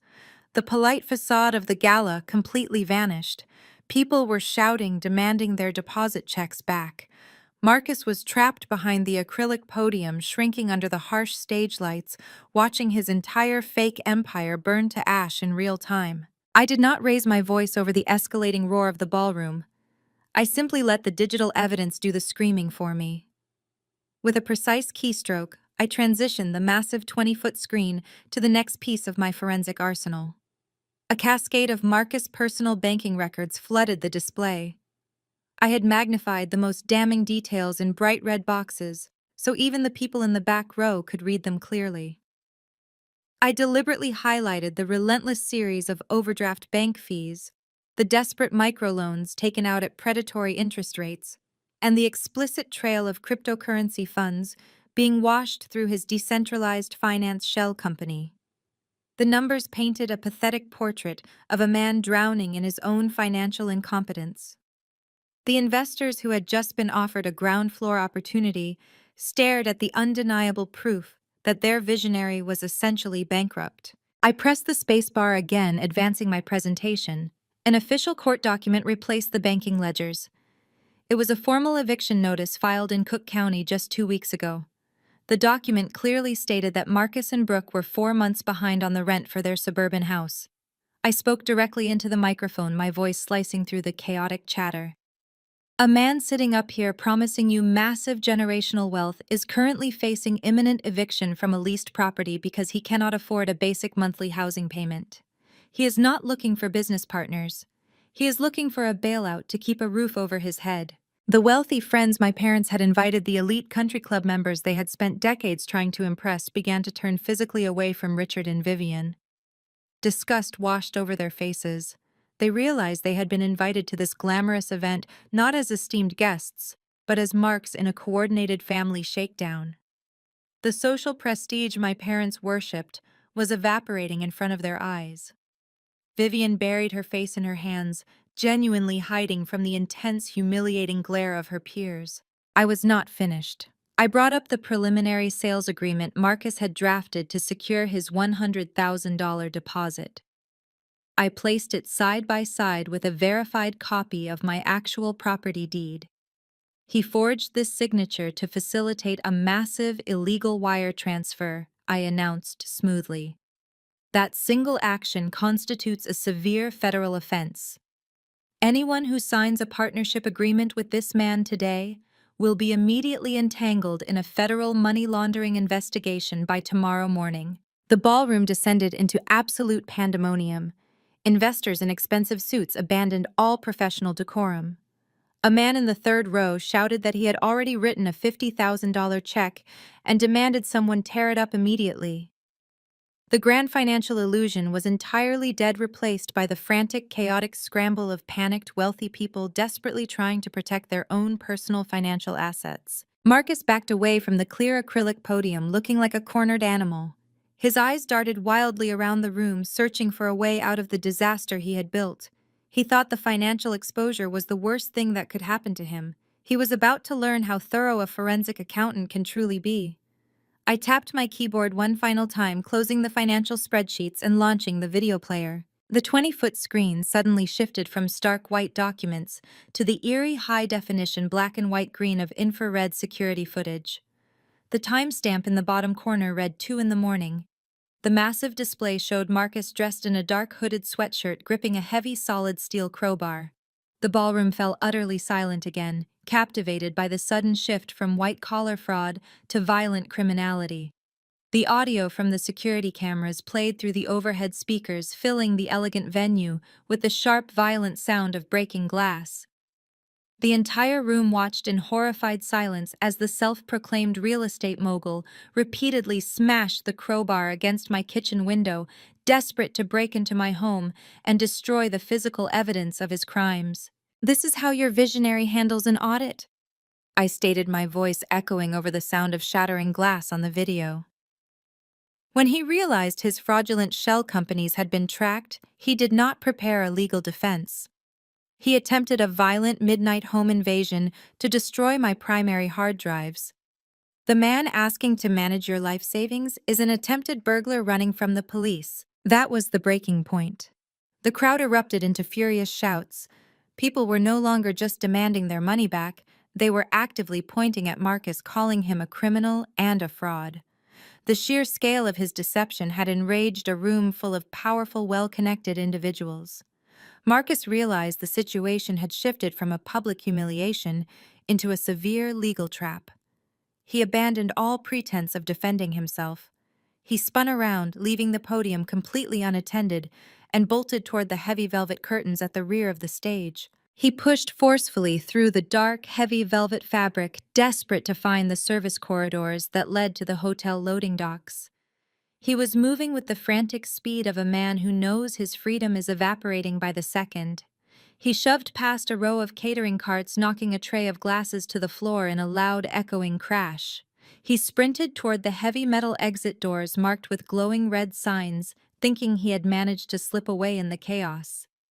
He hit the push bar with both hands, throwing the heavy double doors wide open. He expected to feel the cold rush of the Chicago morning air and the freedom of an open alleyway. Instead, he slammed directly into a solid wall of dark blue uniforms. The exit was completely blocked by a tactical squad of heavily armed police officers standing shoulder to shoulder. Marcus bounced off the solid wall of blue uniforms like a rag doll. The tactical squad did not flinch. They pushed him forcefully backward into the bright lights of the ballroom, cutting off his only avenue of escape. The lead detective stepped through the heavy metal doors, a pair of steel handcuffs, already unclipped, and ready in his right hand. He looked at Marcus with the exhausted, no-nonsense expression of a man who dealt with white-collar criminals every single day. Marcus stumbled backward, his custom-tailored suit suddenly looking completely ridiculous on his trembling frame. He raised his hands in a frantic gesture of surrender, babbling incoherently about a misunderstanding and demanding to call his lawyers. The detective did not entertain the negotiation. He grabbed Marcus by the shoulder, spun him around roughly, and slammed him face first against the polished wood of the stage apron. The sharp, unmistakable metallic click of the handcuffs echoed loudly through the silent ballroom. The detective read Marcus his Miranda rights, specifically citing active warrants for federal wire fraud, attempted burglary, and fleeing the scene of a crime. The investors watched the entire sequence in absolute horrified fascination. The man who had just promised to double their retirement portfolios was now being patted down for concealed weapons in front of the catering staff. Down in the front row, the reality of the situation finally penetrated Vivian's impenetrable layer of suburban delusion. The elite country club wives she spent decades trying to impress were now recording the arrest on their smartphones. The social execution was absolute. Vivian could not handle the sheer magnitude of the public humiliation. She placed the back of her hand against her forehead, let out a loud theatrical gasp, and executed a perfectly orchestrated dramatic feint. She collapsed onto the patterned hotel carpet in a heap of expensive silk. Richard did not try to catch her. He was desperately apologizing to a furious banking executive, completely abandoning his wife to salvage whatever tiny fraction of his reputation remained. But Brooke was not going to quietly accept defeat. She stood near the front of the room watching the police officers forcefully march her handcuffed husband down the center aisle. Her entire fake dynasty, the multi-million-dollar corporate empire, the generational wealth, the status she craved more than oxygen was evaporating right in front of her. The grand illusion was dead. And instead of accepting responsibility, Brooke did what she had always done her entire life. She threw a massive, unhinged tantrum and blamed me for her own actions. Brooke let out a loud, piercing, hysterical scream that forced several police officers to stop in their tracks. She sprinted barefoot across the marble floor toward the tactical squad. Two uniformed officers immediately stepped forward, raising their hands to block her path and form a protective barrier around Marcus. Brooke slammed into them, clawing wildly at their bulletproof vests, demanding they release her husband instantly. "Ma'am, step back right now," the lead detective ordered, his voice echoing with stern authority. "You are interfering with an active federal arrest. If you do not step away, you will be detained for obstruction." The threat of handcuffs did not deter her. It only forced her to change her strategy. Brooke realized she could not overpower the police, so she instantly pivoted to the most manipulative weapon in her arsenal. She turned her back on the officers and locked her wild, furious eyes directly on the soundproof glass of my audio-visual booth. She reached frantically into the pocket of her expensive maternity dress and pulled out a crumpled, glossy square of paper. She held it high above her head for the entire ballroom to see. It was a sonogram photo. Chloe Brooke screamed, her voice tearing through her throat, echoing violently over the public address system that I had left active. "Look at what you are doing. Look at this picture. I am pregnant. I am carrying your niece or nephew, and you are ripping their father away from them right before the holidays. You are destroying an innocent family because you are a bitter, lonely, jealous monster. I stood silently behind the glass watching her performance. I did not reach for the microphone. I did not offer a single word of comfort. I just stared at her with absolute clinical detachment. Seeing that her insults were completely bouncing off my armor, Brooke escalated her manipulation to a terrifying, dangerous extreme. She began to hyperventilate deliberately, taking rapid, shallow gasps of air and clutching her chest as if she were suffering a sudden medical emergency. She stumbled backward, moving erratically toward the elevated platform of the presentation stage. She climbed the short set of stairs, her breathing growing more frantic and theatrical by the second. "Tell them it is a mistake, Chloe!" She shrieked, her face turning a blotchy, uneven red. "Tell the police you misunderstood the bank transfers. Tell them Marcus had permission to use the condo. You have the power to stop this right now. If you do not tell them to let him go, the stress is going to make me lose this baby. Do you hear me? The stress of this betrayal is going to cause a miscarriage, and it will be entirely your fault."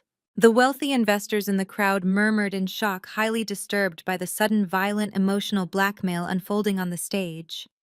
The police officers tightened their grip on Marcus, watching the hysterical woman carefully. Brooke backed up until her heels were dangling over the very edge of the 4-foot-high stage drop-off.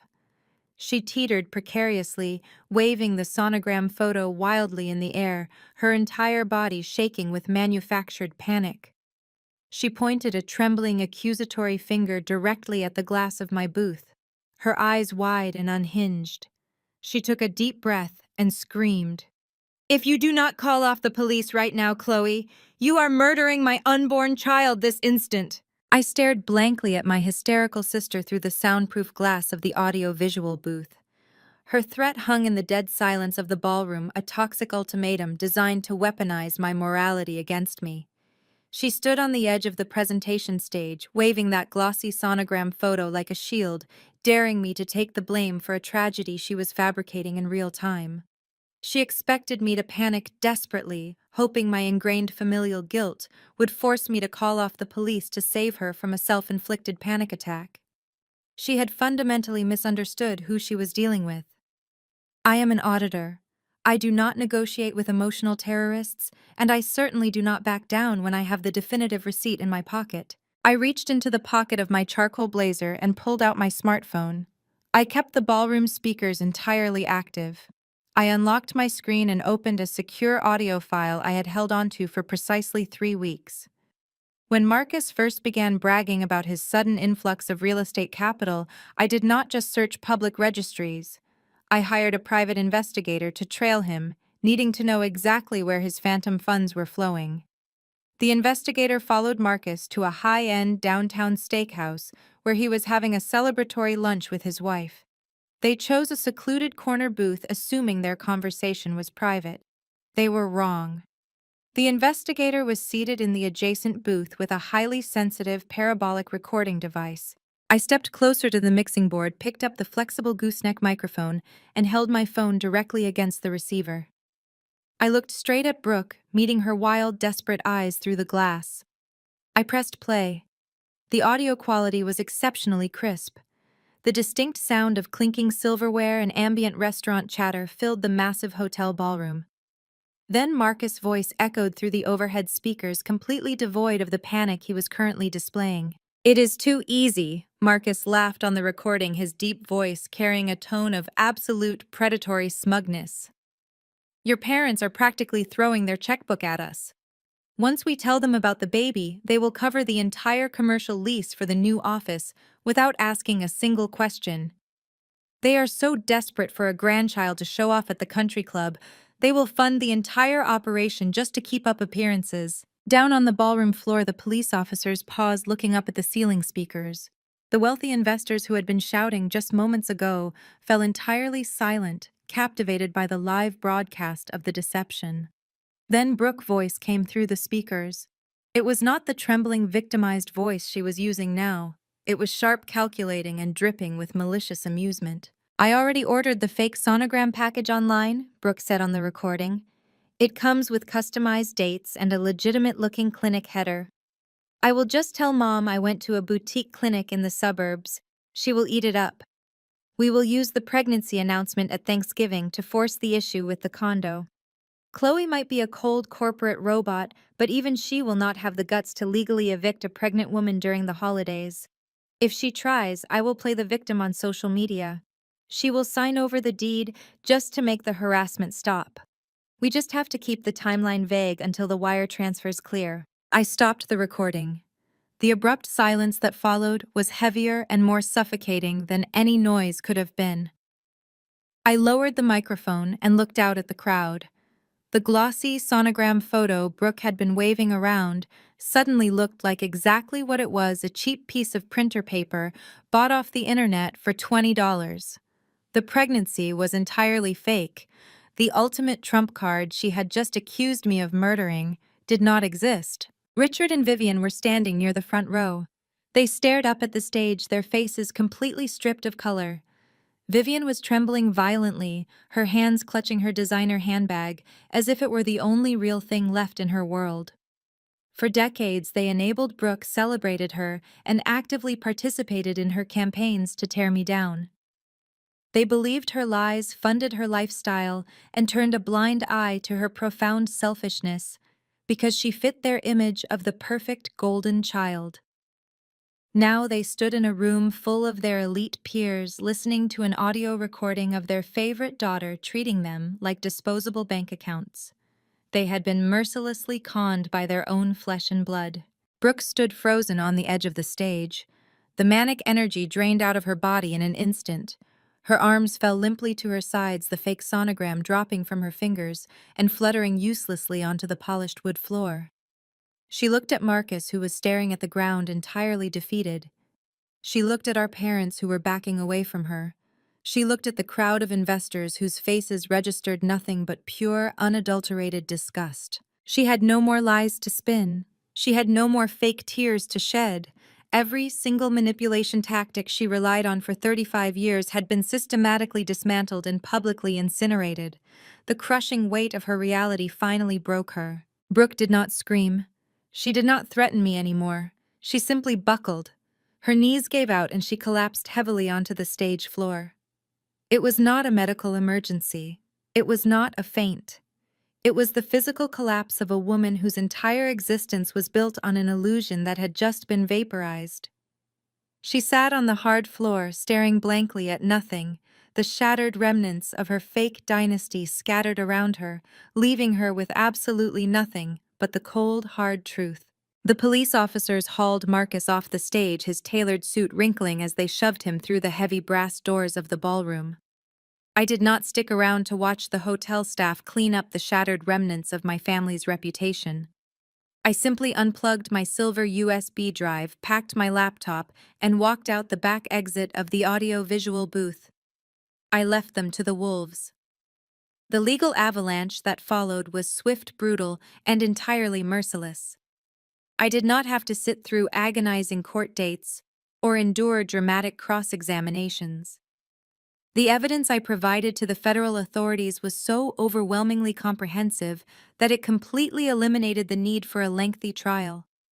Marcus's highly paid defense attorneys took one look at the digital paper trail, the infrared security footage of the attempted burglary, and the clear-cut wire fraud documentation, and immediately advised their client to take a plea deal. The swaggering real estate visionary who promised to break glass ceilings was officially sentenced to 5 years in a federal penitentiary. He traded his rented Rolex for a standard-issue orange jumpsuit. The corporate empire he bragged about was reduced to a cardboard box of personal belongings sitting in a government evidence locker. He was stripped of his freedom and his fake prestige in a matter of weeks. Brooke faced an entirely different kind of execution. The federal investigators did not care about her fake tears, and the Internal Revenue Service certainly did not care about her manufactured panic attacks. When they seized Marcus's assets, they followed the exact same corporate breadcrumbs I had uncovered. They found Brooke's perfectly legible signature, listed as the primary guarantor, on the Vanguard Digital Assets Incorporation documents. By legally attaching her name to a decentralized finance shell company, used to launder stolen cryptocurrency, she made herself personally liable for the entirety of the financial damage. The federal tax penalties alone were catastrophic. The IRS levied massive crippling fines against her for unreported income and fraudulent corporate filings. Federal agents physically showed up at her leased suburban house to catalog her possessions. Without Marcus's illegal cash flow to prop up her lifestyle, she could not even afford a basic defense attorney. The federal government seized her bank accounts, her designer handbags, and the luxury SUV she loved to flaunt. Facing an insurmountable mountain of federal debt, the former golden child was forced to officially declare Chapter 7 bankruptcy. Her pristine credit score was obliterated overnight, leaving her completely destitute and legally branded as a financial liability for the rest of her adult life. She was left with absolutely nothing but a ruined name. If Brooke and Marcus went down in flames, my parents experienced a slow, agonizing suffocation by their own community. Richard and Vivian had spent decades cultivating a flawless image among the Chicago suburban elite.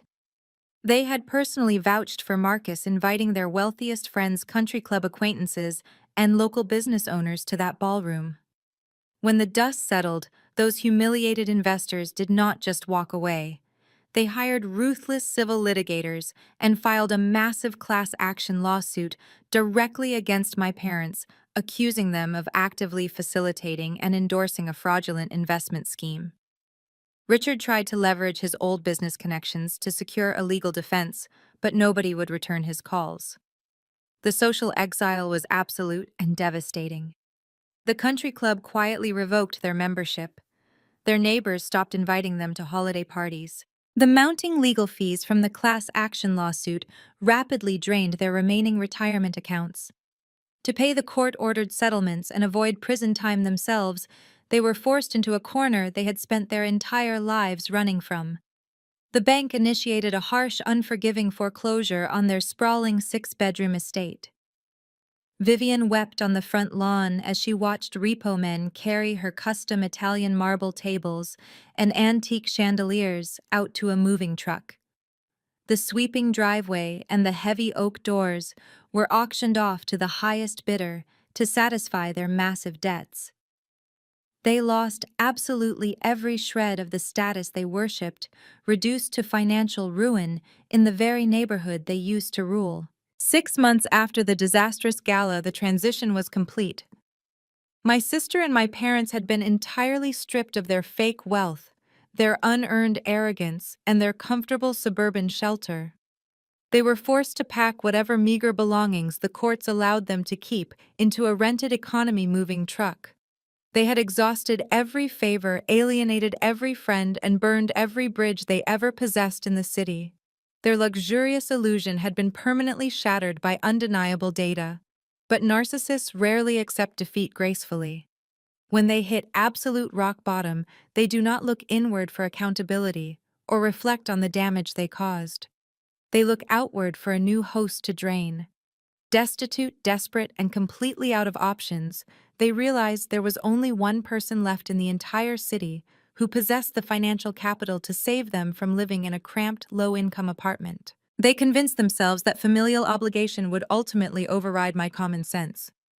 They truly believed that if they showed up crying and begging, I would simply forget the years of abuse, the financial theft, and the public humiliation.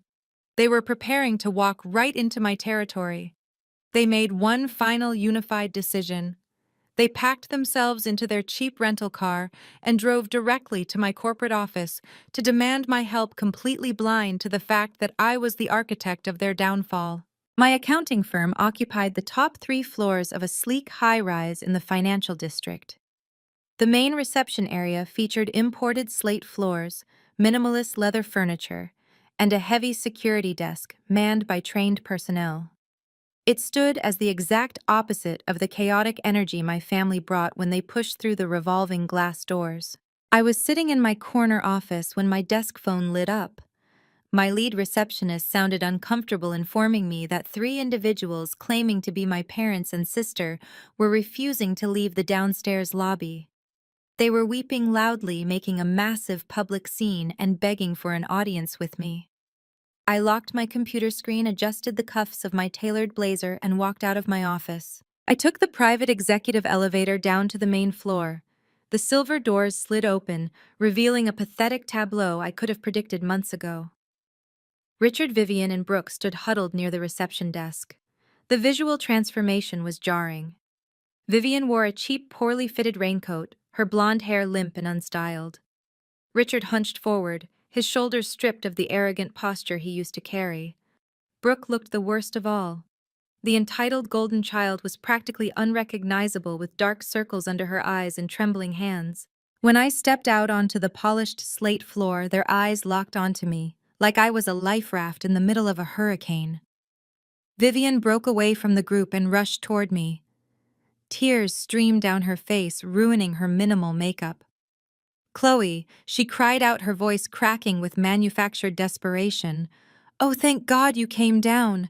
We are so sorry to show up at your office like this, but we had nowhere else to turn. We have lost absolutely everything. The bank took the house this morning and all our accounts are frozen." Richard shuffled forward, standing slightly behind his wife. He wrung his hands together nervously, unable to maintain eye contact with me. "Chloe, please." He begged, his voice devoid of any parental authority. "We know things got out of hand at the gala. We know we made some terrible misjudgments regarding Marcus. But those were just terrible misunderstandings. We were deceived just like everyone else. We never meant to hurt you. We were just trying to protect the family." Brooke stepped up next to them, completing the trio of desperation. She was weeping openly, her chest heaving with heavy sobs. "Chloe, I am so sorry," she wailed, wiping her face with a damp tissue. "I was stupid and I was manipulated. I have nothing left. I am facing bankruptcy and I cannot even afford a cheap apartment. You are the only one who can help us now. We just need a loan, just a small personal loan to secure a rental property and buy some food. We will pay you back every single cent, I promise." Vivian reached out, attempting to grab my hand. "Please, sweetheart," she pleaded, looking up at me with wide, terrified eyes. "We are begging you. You have to help us. We are your family. We share the same blood. You cannot just leave your own mother and father and sister to freeze on the streets. We need family loyalty right now more than ever." I stood perfectly still. I did not step back. I did not flinch. I did not raise my voice or offer a cruel insult. I did not gloat over their spectacular downfall or remind them of the countless times they told me I was a bitter corporate spinster who would amount to nothing. I simply looked at them with the cold, clinical detachment of an auditor reviewing a bankrupt ledger. I examined their weeping faces, their trembling hands, their pathetic pleas for financial salvation.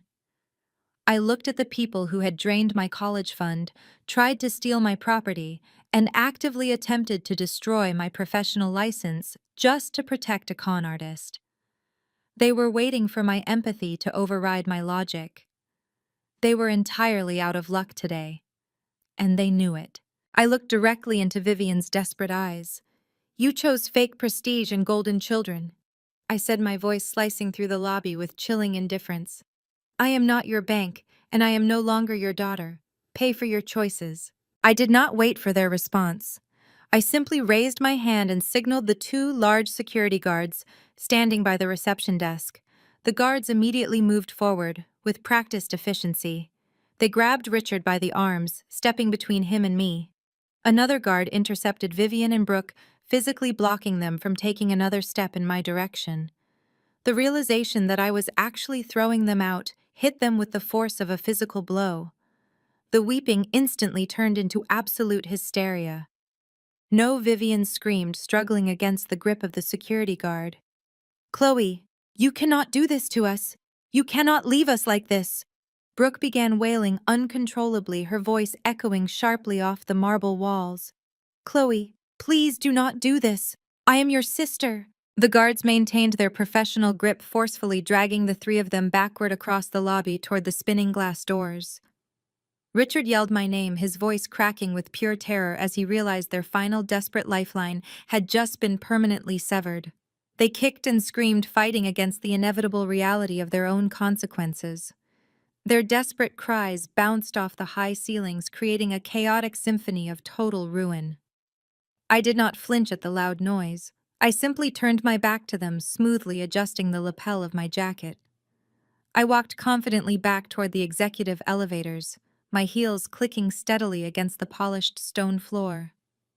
I stepped into the elevator cabin and pressed the button for the top floor, without offering a single backward glance, while their screams faded into the cold Chicago streets. 6 months later, the freezing winds of that brutal Chicago winter had melted away, replaced by the warm electric hum of late spring. I stood on the expansive glass-enclosed balcony of my newly purchased penthouse, leaning my forearms against the cool metal railing. The city sprawled beneath me, a glittering, endless grid of amber streetlights reflecting off the dark surface of Lake Michigan. I held a delicate crystal glass loosely in my right hand, the expensive vintage red wine catching the ambient glow. The noise of traffic far below was nothing but a distant whisper. I took a slow, measured sip of the wine. I was standing hundreds of feet above the pavement where my family had once tried to drag me down, and the air up here was incredibly clean. The purchase of this penthouse was a physical manifestation of the explosive upward trajectory my career had taken. In the 6 months since I had Marcus arrested and ordered my family removed from my building lobby, my accounting firm had completely transformed. We had more than doubled our elite clientele. The high-profile collapse of my brother-in-law's fraudulent empire had inadvertently served as the greatest marketing campaign I could have ever asked for. The wealthy investors who attended that disastrous gala remembered the woman in the charcoal suit who had the terrifying competence to track hidden cryptocurrency accounts and expose a complex federal wire fraud scheme in real time. They started calling my office. Word of mouth in high society spreads faster than wildfire. I carved out a highly lucrative specialized niche for my firm. We became the premier destination for high-net-worth individuals looking to trace hidden assets in toxic, high-conflict divorces and complex family fraud cases. When wealthy spouses tried to obscure millions in offshore shell companies or tangled trusts, they hired me to tear their ledgers apart. I weaponized the exact forensic skills I used to dismantle my own toxic family into a multi-million-dollar enterprise. I was the financial executioner people called when they needed the absolute undeniable truth. My smartphone rested on the sleek outdoor patio table next to me, its screen dark and silent. I had long since changed my private number and insulated myself from any unwanted digital intrusions. But I still retained a singular, highly monitored email address managed by a private investigator I kept on retainer. I did not keep tabs on my former family out of any lingering sense of affection or vindictive curiosity. I kept a detached alert system purely as a standard security measure to ensure they remained entirely in my rearview mirror. As I swirled the dark red wine in my glass, the phone screen suddenly illuminated the dark balcony with a soft white glow. A single email notification chimed quietly. I picked up the device and glanced at the lock screen. It was the monthly status update from my private investigator. I tapped the screen and opened the message. The bold text of the executive summary was brief, clinical, and completely devoid of emotion. It contained a single, compressed paragraph detailing the current whereabouts of Richard, Vivian, and Brooke. The summary confirmed exactly what I had predicted the day I threw them out of my lobby. Stripped of their stolen wealth and thoroughly exiled from their elite Chicago suburban circles, they had been forced to flee the state entirely. The investigator noted that they had officially relocated to a cramped low-income apartment complex on the outskirts of a dying Rust Belt town 3 states away. They were living in close, suffocating quarters, dependent on minimum-wage retail jobs and whatever meager government assistance Brooke could qualify for with her shattered credit history. They were trapped in a miserable reality of their own making, surrounded by the crushing consequences of their lifelong arrogance and greed. There was a hyperlink attached to the bottom of the email, offering a comprehensive portfolio of their eviction notices, their menial employment records, and surveillance photos of their depressing new surroundings. A year ago, the bitter, wounded daughter inside me might have desperately wanted to scroll through the photographs seeking some twisted sense of validation or gloating over the visual proof of their spectacular ruin. I might have wanted to see the peeling paint on their cheap apartment door, or the exhausted expressions on their faces as they clocked into their shift work. But as I stared at the glowing blue hyperlink on my phone screen, I realized I felt absolutely nothing. No joy, no pity, no anger, no desire for further revenge. The opposite of love is not hate. The opposite of love is apathy. They were no longer my parents or my sister. They were just strangers who had made terrible financial and moral investments, and the market had simply corrected itself. They were entirely irrelevant to my current existence. I did not click the link. I did not scroll down to read the rest of the investigator detailed report. With a simple, effortless swipe of my right thumb, I sent the entire email directly into the digital trash bin. I locked the screen, rendering the phone dark and silent once again, and tossed it casually back onto the patio table. I turned my attention away from the screen and back toward the skyline of the city that I had conquered entirely on my own terms. I raised the crystal glass to my lips, taking one final lingering sip of the expensive red wine. I closed my eyes and took a deep, steady breath, pulling the cool, crisp night air deep into my lungs. I was completely alone, and I had never felt more secure. The heavy, suffocating chains of familial obligation were permanently broken. The past was fully audited, the ledgers were balanced, and the accounts were closed forever. I stood on my balcony, surrounded by the quiet, undeniable proof of my own resilience, enjoying the ultimate priceless luxury of absolute unbothered peace. Chloe's journey teaches us a profound lesson about self-worth and the courage it takes to break toxic cycles. For years, her family demanded blind loyalty while actively plotting to steal her hard-earned success. However, Chloe proved that shared DNA does not obligate you to endure manipulation or abuse. By setting ironclad boundaries and relying on undeniable truth, she reclaimed her power. Her story is a powerful reminder that sometimes the healthiest choice is to walk away from destructive environments and confidently build your own peace.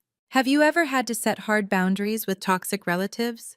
Share your experiences in the comments below.